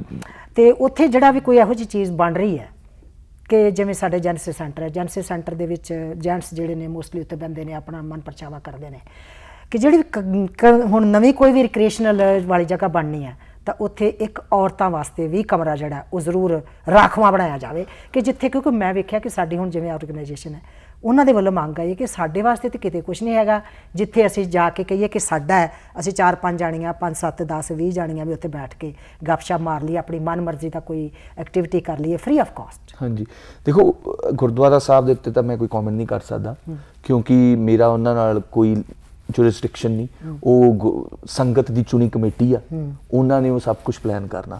ਸੋ ਉਹਦੇ ਵਿੱਚ ਤਾਂ ਮੈਂ ਇੰਨਾ ਹੀ ਕਹਿ ਸਕੂੰਗਾ ਕਿ ਮੈਂ ਉਹਨਾਂ ਤੱਕ ਮੈਸੇਜ ਪਹੁੰਚਾ ਸਕੂੰਗਾ ਤੇ ਵੀ ਕਿ ਸਾਰਾ ਇਦਾਂ ਹੋਵੇ, ਪਰ ਇਨਫਲੂਐਂਸ ਮੇਰੀ ਕੋਈ ਨਹੀਂ ਗੀ, ਹੈ ਨਾ। ਉਹਦੇ 'ਚ ਤੁਹਾਡੀ ਇਨਫਲੂਐਂਸ ਜ਼ਿਆਦਾ ਵਾ ਸੰਗਤ ਦੀ, ਜੇ ਸੰਗਤ ਡਿਮਾਂਡ ਕਰੂਗੀ ਤਾਂ ਸੰਗਤ ਦੀ ਫੈਸਿਲਿਟੀ ਬਣਨੀ ਆ। ਦੂਸਰੀ ਗੱਲ, ਤੁਸੀਂ ਗੱਲ ਕੀਤੀ ਕਮਿਊਨਿਟੀ ਹੱਬ ਦੀ ਗੱਲ ਕਰ ਰਹੇ ਹੋ, ਆਪਣੇ ਇੱਥੇ ਜੈਨੇਸਿਸ 'ਚ 1000 ਵੌਇਸਿਸ ਹੈਗਾ ਕਮਿਊਨਿਟੀ ਹੱਬ, ਪਰ ਉਹਨੂੰ ਵੀ ਯੂਟਿਲਾਈਜ਼ ਨਹੀਂ ਕੀਤਾ ਜਾਂਦਾ ਜ਼ਿਆਦਾ, ਹੈ ਨਾ। ਇੱਕ ਹੋਰ ਰੈਕ੍ਰੀਏਸ਼ਨਲ ਫੈਸਿਲਿਟੀ ਆ ਰਹੀ ਹੈ ਪਲਾਨਸ ਦੇ ਵਿੱਚ ਹੈਗੀ ਆ, ਉਹ ਆਉਣੀ ਹੈ ਕੰਟਰੀ ਹਿਲਸ ਤੇ 60 ਦੇ ਉੱਤੇ। ਜਦੋਂ ਉਹਦੀ ਪਲੈਨਿੰਗ ਹੋਊਗੀ ਉਦੋਂ ਮੈਂ ਮੇਕ ਸ਼ੋਰ ਕਰੂੰਗਾ ਕਿ ਉਹਦੇ ਵਿੱਚ ਵੀ ਜੇ ਹੋ ਸਕੇ ਇੱਕ ਹੋਰ ਕਮਿਊਨਿਟੀ ਹੱਬ ਲਿਆਂਦਾ ਜਾਵੇ, ਜਿਹੜਾ ਫ੍ਰੀ ਆਫ ਕਾਸਟ ਐਕਸੈਸਿਬਲ ਹੋਵੇ, ਜਿਹੜਾ ਸਾਡੀਆਂ ਸਾਰੀਆਂ ਕਮਿਊਨਿਟੀਜ਼ ਨੂੰ ਇਕੱਠੇ ਕਰੇ। ਕਿਉਂਕਿ ਜਦੋਂ ਹਾਰਮਨੀ ਅਸੀਂ ਵਧਾਉਣੀ ਆ, ਉਦੋਂ ਹੀ ਵਧਾਉਣੀ ਆ ਜਦੋਂ ਡਾਇਲੌਗ ਹੋਊਗਾ, ਜਦੋਂ ਅਸੀਂ ਇੱਕ ਦੂਜੇ ਨੂੰ ਦੀਆਂ ਭਾਵਨਾਵਾਂ ਸਮਝਾਂਗੇ, ਇੱਕ ਦੂਜੇ ਦੇ ਦੁੱਖ ਦਰਦ ਸਮਝਾਂਗੇ, ਉਦੋਂ ਹੀ ਅਸੀਂ ਐਜ਼ ਵਨ ਕਮਿਊਨਿਟੀ ਅੱਗੇ ਚੱਲ ਸਕਾਂਗੇ। ਹੁਣ ਜਿਵੇਂ ਕਿ ਆਪਣੇ ਕੋਲ ਜੈਨਸਿਸ ਸੈਂਟਰ ਹੈ, ਹੁਣ ਉੱਥੇ ਸਟੇਬਲ ਹੈਗੇ ਨੇ। ਮੈਂ ਇੱਕ ਥੋੜੀ ਜਿਹੀ ਹੋਰ ਵੀ ਦੇਖਿਆ ਕਿ ਚਾਹੇ ਮੇਰੇ ਇਸ ਗੱਲ ਨੂੰ ਜਿਹੜੇ ਦਰਸ਼ਕ ਦੇਖ ਰਹੇ ਨੇ ਸ਼ਾਇਦ ਉਹਨਾਂ ਨੂੰ ਇਹ ਗੱਲ ਚੰਗੀ ਵੀ ਨਾ ਲੱਗੇ, ਪਰ ਇਹ ਸੱਚ ਹੈ ਕਿ ਮੈਂ ਵੇਖਿਆ ਕਿ ਕਈ ਜਿਹੜੀਆਂ ਦੂਜੀਆਂ ਕਮਿਊਨਿਟੀਜ਼ ਨੇ ਉਹਨਾਂ ਨੇ ਕੀਤਾ ਇਹ ਸਵਾਲ, ਕੁਐਸਚਨ ਉਠਾਇਆ ਕਿ ਬਈ ਇੱਥੇ ਆ ਕੇ ਜਿਹੜੇ ਬਹਿ ਜਾਂਦੇ ਨੇ ਉੱਠਦੇ ਨਹੀਂ ਸਾਰੀ ਦਿਹਾੜੀ, ਟੇਬਲ ਨਹੀਂ ਖਾਲੀ ਕਰਦੇ, ਤੇ ਸਾਡੇ ਵਾਸਤੇ ਸਾਨੂੰ ਜਗ੍ਹਾ ਨਹੀਂ ਮਿਲਦੀ। ਸੋ ਆਈ ਡੋਂਟ ਨੋ, ਮੈਂ ਕੋਈ ਕਿਸੇ ਨੂੰ ਪਿੰਨ ਪੁਆਇੰਟ ਨਹੀਂ ਕਰਨਾ ਚਾਹੁੰਦੀ, ਪਰ ਇਹ ਚੀਜ਼ਾਂ ਆਉਂਦੀਆਂ ਨੇ ਸੋ ਮੋਰ ਐਂਡ ਮੋਰ ਜਿਹੜੀਆਂ ਰਿਕ੍ਰੀਏਸ਼ਨਲ ਸੈਂਟਰ ਜਿਹੜੇ ਹੋਣੇ ਚਾਹੀਦੇ ਨੇ ਤਾਂ ਜੋ ਜ਼ਿਆਦਾ ਤੋਂ ਜ਼ਿਆਦਾ ਲੋਕ ਜਿਹੜੇ ਨੇ ਉਹਨਾਂ ਨੂੰ ਐਕਸੈਸ ਕਰ ਸਕਣ। ਖੈਰ ਚਲੋ ਇਹ ਤੁਸੀਂ ਜ਼ਰੂਰ ਇਹ 'ਤੇ ਵਰਕ ਕਰੋਗੇ। ਇਸ ਤੋਂ ਅਗਲੀ ਗੱਲ ਮੈਂ ਥੋੜ੍ਹੀ ਜਿਹੀ ਕਲੀਨਲੀਨੈਸ 'ਤੇ ਲੈਣਾ ਚਾਹੁੰਦੀ ਹਾਂ। ਹਾਂਜੀ। ਕਿ ਸਾਡੀ ਜਿਹੜੀ ਨਾਰਥ ਈਸਟ ਕਮਿਊਨਿਟੀ ਹੈ, ਮੈਨੂੰ ਲੱਗਦਾ ਕਿ ਜਦੋਂ ਤੁਸੀਂ ਡੋਰ ਟੂ ਡੋਰ ਕਨਵੈਂਸਿੰਗ ਕੀਤੀ ਹੋਣੀ ਹੈ, ਕੁਝ ਇਸ਼ੂਜ਼ ਤੁਹਾਡੇ ਕੋਲ ਆਏ ਹੋਣੇ ਆ। ਕੀ ਕਲੀਨਲੀਨੈਸ ਦਾ ਇਸ਼ੂ ਵੀ ਆਇਆ? ਬਿਲਕੁਲ ਆਇਆ ਜੀ, ਬਹੁਤ ਆਇਆ। ਹਾਂ। ਉਹਦੇ 'ਚ ਦੋ ਤਰੀਕਿਆਂ ਤੋਂ ਕਲੀਨਲੀਨੈਸ ਆਇਆ। ਇੱਕ ਕਲੀਨਲੀਨੈਸ ਆਇਆ ਵੀ ਸਿਟੀ ਸਰਵਿਸਿਜ਼, ਠੀਕ ਆ। ਦੂਸਰਾ ਕਲੀਨਲੀਨੈਸ ਇਹ ਆਇਆ ਕਿ ਨੇਬਰ ਸਾਡੇ ਆਪਣੇ ਹੀ ਕਲੀਨ ਨਹੀਂ ਰੱਖਦੇ। ਤੁਸੀਂ ਉਹਦੇ ਬਾਰੇ ਕੀ ਕਰੋਗੇ? ਕਿਸੇ ਦੇ ਘਰ ਦੀ ਰੈਨੋਵੇਸ਼ਨ ਹੋਈ, ਗਾਰਬੇਜ ਬੈਕ ਗਲੀ 'ਚ ਪਿਆ। ਕਿਸੇ ਦੇ ਘਰੇ ਕੋਈ ਇਵੈਂਟ ਹੋਇਆ, ਪਾਰਟੀ ਹੋਈ, ਕੁਝ ਵੀ ਹੋਇਆ, ਉਹਦਾ ਗਾਰਬੇਜ ਬੈਕ ਗਲੀ ਫਰੰਟ ਯਾਰਡ 'ਚ ਪਿਆ। ਥੋੜੀ ਜੀ ਹਵਾ ਆਈ, 5-6 ਘਰਾਂ 'ਚ ਚਲਿਆ ਗਿਆ, ਨਾ ਉਹਨੂੰ ਕੋਈ ਚੁੱਕਦਾ। ਉਹਦੇ ਬਾਰੇ ਕੀ ਕਰ ਸਕਦੇ? ਪੈਟ ਦਾ ਵੀ ਕੋਈ ਆਇਆ ਇਸ਼ੂ ਕਦੇ? ਪੈਟ ਦਾ ਵੀ, ਪੈਟ ਜਿਹੜੇ ਨੇ ਉਹਨਾਂ ਦਾ ਵੀ ਵੇਸਟ ਜਿਹੜਾ ਹੈਗਾ ਬਿਲਕੁਲ ਜੀ, ਉਹ ਇਸ ਤਰ੍ਹਾਂ ਉਹਨੂੰ ਸੰਭਾਲਿਆ ਜਾਂਦਾ। ਇੱਕ ਪਾਰਕ ਦੀ ਮੈਂ ਗੱਲ ਕਰੂੰਗਾ ਤੇ ਉੱਥੇ ਉਹ ਮਤਲਬ ਉਹ ਕਹਿੰਦੇ ਵੀ ਸਾਡੇ ਕੋਲ ਵੀਡੀਓ ਵੀ ਆ ਕਿ ਪੈਟ ਦੀ ਜਿਹੜੀ ਹੈਗੀ ਆ ਆਪਣੀ ਉਹ ਜਿਹੜੀ ਚੁੱਕਦੇ ਨਹੀਂਗੇ ਪਿੱਛੋਂ, ਤੇ ਇੱਥੋਂ ਤੱਕ ਕਿ ਵਿੰਟਰ ਦੇ ਵਿੱਚ ਉਹਨੂੰ ਸਨੋ ਨਾਲ ਕਵਰ ਕਰ ਜਾਂਦੇ ਆ, ਹੈਨਾ। ਸੋ ਦੇਖੋ ਕੁਝ ਚੀਜ਼ਾਂ, ਹਰ ਚੀਜ਼ ਇਨਫੋਰਸਮੈਂਟ ਨਾਲ ਚੇਂਜ ਨਹੀਂ ਹੋਣੀ, ਕਿਉਂਕਿ ਇਨਫੋਰਸਮੈਂਟ ਸਾਡੇ ਕੋਲ ਲਿਮਿਟਡ ਰਿਸੋਰਸਿਸ ਨੇ। ਹੁਣ ਪਰ ਮੈਨੂੰ ਲੱਗਦਾ ਕਿ ਨਿਰੀ ਕਨਵੈਂਸਿੰਗ ਨਾਲ ਨਹੀਂ ਹੋਣੀ, ਜੇ ਇਨਫੋਰਸਮੈਂਟ ਨਾ ਹੋਈ ਤਾਂ। ਇਨਫੋਰਸਮੈਂਟ ਜੇ ਇੱਕ ਅੱਧੀ ਵਾਰੀ ਜੁਰਮਾਨਾ ਹੋਇਆ ਹੋਊ ਕਿਸੇ ਨੂੰ ਤਾਂ ਕੁਛ ਅੱਗੇ ਤੋਂ ਤਾਂ ਫਿਰ ਉਹ ਸਹੀ ਰਹੂਗਾ। ਨਹੀਂ ਦੇਖੋ, ਇਨਫੋਰਸਮੈਂਟ ਮੈਂ ਉਹੀ ਤਾਂ ਹੀ ਕਿਹਾ ਵੀ ਇਕੱਲੀ ਇਨਫੋਰਸਮੈਂਟ ਨਾ ਨਹੀਂ ਹੋਣੀ। ਇਨਫੋਰਸਮੈਂਟ ਤੁਸੀਂ ਕਰ ਸਕਦੇ ਹੋ, ਕਿਉਂਕਿ ਹੁਣ ਜੇ ਇੱਕ ਬੈਕ ਗਲੀ ਆ, ਉਹਦੇ 'ਚ 10 ਘਰ ਆ, 10 ਦਾ ਪਿੱਛੇ ਗਾਰਬੇਜ ਆ, ਉਹ ਵਿਚਾਰਾ ਬਾਈ ਲਾਅ ਆਫਿਸਰ ਜਾਂ ਕੋਈ ਵੀ, ਉਹ ਹਰ ਘਰ 'ਚ ਜਾ ਕੇ ਉਹ ਕਿੰਨੇ ਉਹਨੂੰ ਕਰਨਾ ਪੈਣਾ। ਕਿਤੇ ਨਾ ਕਿਤੇ ਸਾਨੂੰ ਫਿਰ ਉਹੀ ਸਿਵਿਕ ਰਿਸਪੌਂਸਿਬਿਲਿਟੀ ਵੀ ਲੈਣੀ ਪੈਣੀ ਹੈ। ਉਹਦੇ 'ਚ ਕਿਤੇ ਨਾ ਕਿਤੇ education, sometimes leaders got to lead by example. ਮੈਂ ਉਹ ਕਿਉਂ ਕਹਿਣਾ ਚਾਹੁੰਦਾ, ਮੇਬੀ ਜੇ ਤੁਹਾਨੂੰ ਲੱਗ ਰਿਹਾ ਕਿ ਸਾਡੀਆਂ ਬੈਕ ਗਲੀਆਂ ਦੇ ਵਿੱਚ ਇਹ ਹੋ ਰਿਹਾ, ਗਿਵ ਮੀ ਅ ਕਾਲ, ਆਊਂਗਾ ਤੁਹਾਡੇ ਨਾਲ ਭਾਈ, ਘਰ ਘਰ ਜਾ ਕੇ ਸਮਝਾਵਾਂਗੇ, ਮਿਹਨਤ ਕਰਾਂਗੇ, ਤੇ ਜੇ ਤੁਸੀਂ ਨਾਲ ਚੱਲੋਗੇ ਇੱਕ ਵਾਰ ਉਹਨਾਂ ਦਾ ਚੱਕ ਦਾਂਗੇ, ਦੂਜੀ ਵਾਰ ਸ਼ਾਇਦ ਸ਼ਰਮ ਨਾਲ ਰੱਖਣ ਹੀ ਨਾ। So as a leader I am willing to do that, right. ਤੇ ਦੂਸਰਾ ਆਪਣਾ ਘਰ ਆ, ਇੱਕ ਜਿਹੜਾ ਕਲੀਨਲੀਨੈਸ ਦਾ ਵੀਕ ਆਉਂਦਾ ਹੁੰਦਾ, ਉਦੋਂ ਵੀ ਆਪਾਂ ਇਹ ਕੰਮ ਜਿਹੜਾ ਬਿਲਕੁਲ ਉਹ ਤਾਂ ਕਰਾਂਗੇ। ਜਾਂ ਚੌਲ ਹੁਣਾਂ ਨੇ ਵੀ ਬੜੀ ਜ਼ੋਰ ਸ਼ੋਰ ਨਾਲ ਕੀਤਾ ਸੀ, ਪਰ ਪਤਾ ਨਹੀਂ ਕਿੰਨਾ ਕੁ ਸਫਲ ਹੋਇਆ। ਸੋ ਇਹ ਵੀ ਮੈਨੂੰ ਲੱਗਦਾ ਕਿ ਜ਼ਰੂਰ ਕੀਤਾ ਜਾਣਾ। ਨਹੀਂ, ਇਹ ਤਾਂ ਮੇਨਟੇਨ ਕਰਾਂਗੇ। ਜਿਹੜੇ ਕੰਮ ਕਮਿਊਨਿਟੀ ਤੋਂ ਫੀਡਬੈਕ ਆਈ ਆ ਵੀ ਇਹ ਕੰਮ ਚੰਗੇ ਹੋਏ ਆ, ਉਹ ਮੇਨਟੇਨ ਹੀ ਕਰਨੇ, ਉਹਨਾਂ ਨੂੰ ਅੱਗੇ ਇੰਪਰੂਵ ਹੀ ਕਰਨਾ ਵਾ, ਤੇ ਨੋ ਪ੍ਰੋਬਲਮ ਉਹਦੇ 'ਚ ਤਾਂ। ਤੇ ਦੂਸਰੀ ਗੱਲ, ਜਿੱਦਾਂ ਮੈਂ ਕਿਹਾ ਕਿ ਲੀਡ ਬਾਈ ਐਗਜ਼ਾਮਪਲ, ਘਰਾਂ ਜਾ ਕੇ।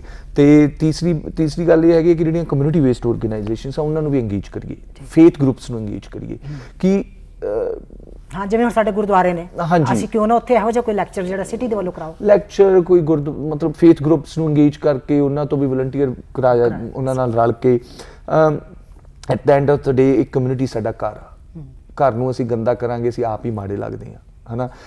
ਮੈਂ ਹੁਣ ਕਾਉਂਸਲ ਦੇ ਵਿੱਚ ਵੀ ਇਹ ਕਹਿਣਾ ਹੁੰਦਾ ਕਿ ਨਾਰਥ ਈਸਟ ਜਿਹੜੀ ਆ, ਇਹ ਇੱਕ ਸਿਟੀ ਆਪਣੇ ਆਪ 'ਚ ਆ। ਮੈਂ ਇਹਨੂੰ 에ਅਰਪੋਰਟ ਸਿਟੀ ਬਣਾਉਣਾ ਚਾਹੁੰਦਾ, ਵਾਰਡ 5 ਨੂੰ।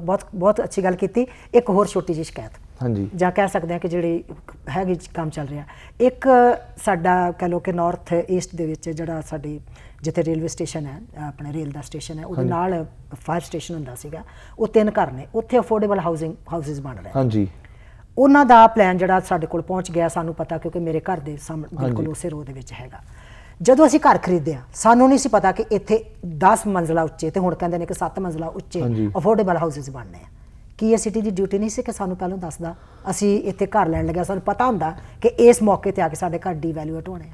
ਦੇਖੋ, ਮੈਂ ਉਹਦੇ ਤੇ ਕਮੈਂਟ ਨਹੀਂ ਕਰੂੰਗਾ ਕਿਉਂਕਿ ਮੈਂ ਹਜੇ ਰੀਡ ਨਹੀਂ ਕੀਤੀ ਉਹ ਫਾਈਲ, ਉਹਨੂੰ ਫਿਰ ਕਰਨਾ ਪੈਣਾ ਤਾਂ। ਨਹੀਂ, ਉਹ ਮੇਰੇ ਹੈਗਾ, ਮੈਂ ਹਜੇ ਮੈਨੂੰ 3 ਵੀਕ ਹੋਏ ਨੇ, ਮੇਰੀਆਂ ਪ੍ਰਾਇੋਰਟੀਜ਼ ਬਣਾਈਆਂ ਹੋਈਆਂ, ਮੈਂ ਉਹ ਸਾਰੀਆਂ ਚੀਜ਼ਾਂ ਰੀਡ ਕਰਨੀਆਂ ਵਾ। ਕਈ ਵਾਰ ਇਦਾਂ ਹੁੰਦਾ ਵਾ ਕਿ ਸਿਟੀ ਨੂੰ ਨਹੀਂ ਸ਼ਾਇਦ ਉਸ ਵਕਤ ਪਤਾ ਹੋਵੇ ਕਿ ਇੱਥੇ ਇਹ ਹੋ ਸਕਦਾ ਵਾ, ਕਰਨਾ ਤਾਂ ਸਿਟੀ ਨੇ, ਹਨਾ। ਨਹੀਂ, ਕਰਨਾ ਤਾਂ ਚਲੋ ਸਿਟੀ ਨੇ, ਪਰ ਉਦੋਂ ਸਿਟੀ ਨੂੰ ਵੀ ਨਹੀਂ, ਹੁਣ ਜਿਸ ਤਰ੍ਹਾਂ ਹੋਰ ਵੀ ਜਿੱਦਾਂ 80 ਵਾਲਾ ਪੁਲ ਦਾ, ਹਾਂ ਬਿਲਕੁਲ, ਉਹ ਵੀ ਗੱਲ ਮੈਂ ਲਈ ਸੀ ਕਿ ਉਹ ਹੁਣ ਪੁਲ ਬਣ ਰਿਹਾ, ਉੱਥੋਂ ਦੇ ਰੈਜ਼ੀਡੈਂਟਸ ਜਿਹੜੇ ਨੇ ਉਹ ਵੀ ਕਹਿ ਰਹੇ ਨੇ ਕਿ ਸਾਡੇ ਘਰ ਜਿਹੜੇ ਨੇ ਡੀਵੈਲੂਏਟ ਹੋ ਰਹੇ ਨੇ। ਹੁਣ ਉਹਦੇ ਵਿੱਚ ਕੰਸਲਟੇਸ਼ਨ ਕਿੱਦਾਂ ਹੋਈ, ਉਹਦੇ ਵਿੱਚ ਪਬਲਿਕ ਹੀਅਰਿੰਗਸ ਕਿੱਦਾਂ ਹੋਈਆਂ, ਉਹ ਸਾਰਾ ਹੁਣ ਜਦੋਂ ਮੈਂ ਪੜੂੰਗਾ ਫਾਈਲਸ, ਕਿਉਂਕਿ ਮੈਂ ਅਸੰਪਸ਼ਨਸ ਨਹੀਂ ਕਰਨਾ ਚਾਹੁੰਦਾ, ਹਨਾ, ਕਿ ਜੀ ਸਹੀ ਹੋਇਆ ਗਲਤ ਹੋਇਆ, ਮੈਂ ਫਾਈਲਸ ਪੜੂੰਗਾ, ਉਸ ਤੋਂ ਬਾਅਦ ਜੋ ਮੈਨੂੰ ਲੱਗੂਗਾ ਮੈਂ। ਕਿਉਂਕਿ ਜਦੋਂ ਸਾਡੇ ਕੋਲ ਪ੍ਰੋਜੈਕਟ ਆਇਆ, ਹਾਂਜੀ, ਉਸ ਵੇਲੇ ਤੱਕ ਸਾਰਾ ਕੁਝ ਪਾਸ ਹੋ ਗਿਆ ਸੀ, ਤਾਂ ਅਸੀਂ ਤਾਂ ਉਦੋਂ ਪਤਾ ਲੱਗਾ ਜਦੋਂ ਬਹੁਤ ਵੱਡਾ ਇੱਕ ਬੋਰਡ ਲੱਗ ਗਿਆ ਕਿ ਇੱਥੇ ਇਹ ਬਣਨਾ ਹੈ। ਹਾਂਜੀ। ਉਸ ਤੋਂ ਪਹਿਲਾਂ ਸਾਡੀ ਕੋਈ ਇਨਵੋਲਵਮੈਂਟ ਨਹੀਂ ਹੈ, ਸਾਨੂੰ ਕੋਈ ਪੁੱਛਿਆ ਨਹੀਂ ਗਿਆ, ਨਾ ਕੋਈ ਸਾਨੂੰ ਦੱਸਿਆ ਗਿਆ। ਉਸ ਤੋਂ ਬਾਅਦ ਅਸੀਂ ਇਨਵੋਲਵ ਕੀਤਾ, ਅਸੀਂ ਆਪਣੇ ਭੇਜੇ ਨੇ ਕਿ ਸਾਨੂੰ ਇਹ ਚੀਜ਼ਾਂ ਦਾ ਇਤਰਾਜ਼ ਹੈ। ਨਹੀਂ ਬਿਲਕੁਲ, ਮੈਂ ਉਹ ਫਾਈਲਸ ਨੂੰ ਪੜੂੰਗਾ ਤੇ ਪੜਨ ਤੋਂ ਬਾਅਦ ਹੀ ਮੈਂ ਕਮੈਂਟ ਕਰ ਸਕੂੰਗਾ, ਕਿਉਂਕਿ ਮੇਰੇ ਲਈ ਇਹ ਅਨਫੇਅਰ ਹੋਊਗਾ ਕਿ ਮੈਂ ਬਿਨਾਂ ਪੜ੍ਹੇ ਕਮੈਂਟ ਕਰਾਂ, ਕਿਉਂਕਿ ਮੈਨੂੰ ਨਹੀਂ ਪਤਾ ਕੀ ਹੋਇਆ, ਕਿਉਂਕਿ ਮੈਂ ਇਨਵੋਲਵ ਨਹੀਂ ਸੀਗਾ। ਮੈਨੂੰ ਫੀਡਬੈਕ ਮਿਲੀ ਡੋਟਸ ਤੋਂ, ਮੈਂ ਫੀਡਬੈਕ ਨੂੰ ਪ੍ਰੋਸੈਸ ਕੀਤਾ ਵਾ, ਪਰ ਜਦੋਂ ਮੈਂ ਪੜ੍ਹ ਲਈ ਵਾਪਸ ਆ ਜਾਾਂਗੇ 2 ਮਹੀਨਿਆਂ ਨੂੰ, ਮੈਂ ਕਮੈਂਟ ਕਰ ਦੂੰਗਾ ਉਹਦੇ ਤੇ, ਨੋ ਪ੍ਰੋਬਲਮ। ਮਿਹਰਬਾਨੀ। ਕਿਉਂਕਿ ਸਮਾਂ ਬਿਲਕੁਲ ਕੰਢੇ ਤੇ ਪਹੁੰਚ ਗਿਆ, ਤੇ ਜਾਂਦੇ ਜਾਂਦੇ ਤੁਸੀਂ ਸਾਡੇ ਵਾਰਡ ਦੇ ਲੋਕਾਂ ਨੂੰ ਜਾਂ ਸਾਡੇ ਸਿਟੀ ਨੂੰ ਕੀ ਸੁਨੇਹਾ ਦਿੰਦੇ ਹੋ 1-2 ਸ਼ਬਦਾਂ ਦੇ ਵਿੱਚ? ਨਹੀਂ, ਮੈਂ ਤਾਂ ਇਹੀ ਕਹੂੰਗਾ, ਪਹਿਲਾਂ ਤੁਹਾਡਾ ਧੰਨਵਾਦ, ਤੁਸੀਂ ਟਾਈਮ ਦਿੱਤਾ। ਸੈਕੰਡਲੀ ਤੁਸੀਂ ਮੇਰੇ EMPLOYER ਹੋ, ਤੁਸੀਂ ਮੈਨੂੰ ਹਾਇਰ ਕੀਤਾ ਵਾ, ਮੈਂ ਪੂਰੀ ਕੋਸ਼ਿਸ਼ ਕਰੂੰਗਾ, ਪੂਰੀ ਮਿਹਨਤ ਨਾਲ ਕੰਮ ਕਰੂੰਗਾ ਤੇ ਮੈਨੂੰ ਫੀਡਬੈਕ ਦਿੰਦੇ ਰਹੋ। ਪਰ ਇੱਕ ਹੱਥ ਜੋੜ ਕੇ ਬੇਨਤੀ ਹੈ, ਤੁਹਾਡੀ ਜ਼ਰੂਰਤ ਦੀ ਲੋੜ ਆ, ਤੁਹਾਡੀ ਮਦਦ ਦੀ ਲੋੜ ਆ, ਮੇਰੇ ਨਾਲ ਲੱਗੋ। 311 ਈਮੇਲਸ, ਉਹ ਸਾਰਾ ਜੇ ਅਸੀਂ ਮਿਲ ਕੇ ਕਰਾਂਗੇ ਤਾਂ ਕੰਮ ਫਾਸਟ ਹੋਇਆ ਕਰੂਗਾ, ਕੰਮ ਐਫੀਸ਼ੀਐਂਟਲੀ ਹੋਇਆ ਕਰੂਗਾ, ਤੇ ਬਾਕੀ ਮੈਂ ਤੁਹਾਨੂੰ ਅਪਡੇਟਸ ਦਿੰਦਾ ਰਹੂੰਗਾ ਜੀ। ਮਿਹਰਬਾਨੀ। Thank you very much Raj ji, ਤੁਸੀਂ ਸਾਡੇ ਨਾਲ ਸ਼ਾਮਿਲ ਹੋਏ, ਸੋ ਥੈਂਕ ਯੂ ਇੱਕ ਵਾਰ ਫਿਰ। ਇਹ ਸੀ ਸਾਡੇ ਨਾਲ ਰਾਜ ਧਾਰੀਵਾਲ ਜੀ, ਜਿਹੜੇ ਕਿ ਕੈਲਗਰੀ ਸਿਟੀ ਦੇ ਕਾਉਂਸਲਰ ਬਣੇ ਨੇ, ਬਹੁਤ ਐਨਰਜੈਟਿਕ ਨੇ, ਬਹੁਤ ਇਹਨਾਂ ਦੇ ਕੋਲ ਵਿਜ਼ਨ ਹੈ। ਉਮੀਦ ਕਰਦੇ ਹਾਂ ਕਿ ਇਹ ਸਾਡੇ ਵਾਰਡ ਵਾਸਤੇ, ਬਲਕਿ ਸਾਡੇ ਪੂਰੇ ਨਾਰਥ ਈਸਟ ਵਾਸਤੇ, ਸਾਡੇ ਪੂਰੇ ਸਿਟੀ ਵਾਸਤੇ ਬਹੁਤ ਤਗੜੀਆਂ ਪਲਾਨਸ ਲੈ ਕੇ ਆਉਣਗੇ, ਜਿਹੜੀਆਂ ਕਿ ਵਰਕੇਬਲ ਵੀ ਹੋਣਗੀਆਂ, ਜਿਹਦੇ ਵਿੱਚ ਲੋਕਾਂ ਦੀ ਇਨਵੋਲਵਮੈਂਟ ਵੀ ਹੋਊਗੀ, ਲੋਕ ਵੀ ਸ਼ਾਮਲ ਹੋਣਗੇ, ਲੋਕਾਂ ਨੂੰ ਜਾਗਰੂਕ ਵੀ ਕੀਤਾ ਜਾਏਗਾ ਕਿ ਉਹ ਵੱਧ ਤੋਂ ਵੱਧ ਸਿਟੀ ਦੇ ਕੰਮਾਂ ਦੇ ਵਿੱਚ ਆਪਣੀ ਕੰਟਰੀਬਿਊਸ਼ਨ ਵੀ ਦੇਣ ਤੇ ਆਪਣੀ ਰਾਏ ਸ਼ਾਮਲ ਕਰਨ। ਸੋ ਇਹਨਾਂ ਸ਼ਬਦਾਂ ਦੇ ਨਾਲ ਇੱਕ ਵਾਰੀ ਫਿਰ ਮੈਂ ਰਾਜ ਜੀ ਦਾ ਧੰਨਵਾਦ ਕਰਦੀ ਹਾਂ ਤੇ ਇਸ ਪ੍ਰੋਗਰਾਮ ਨੂੰ ਸਮਾਪਤ ਕਰਨ ਦੀ ਆਗਿਆ ਲੈਂਦੀ ਹਾਂ। ਵੇਖਦੇ ਰਹੋ ਪੰਜਾਬੀ ਨੈਸ਼ਨਲ TV। ਉਮੀਦ ਤੁਹਾਡੀ, ਕੋਸ਼ਿਸ਼ ਸਾਡੀ।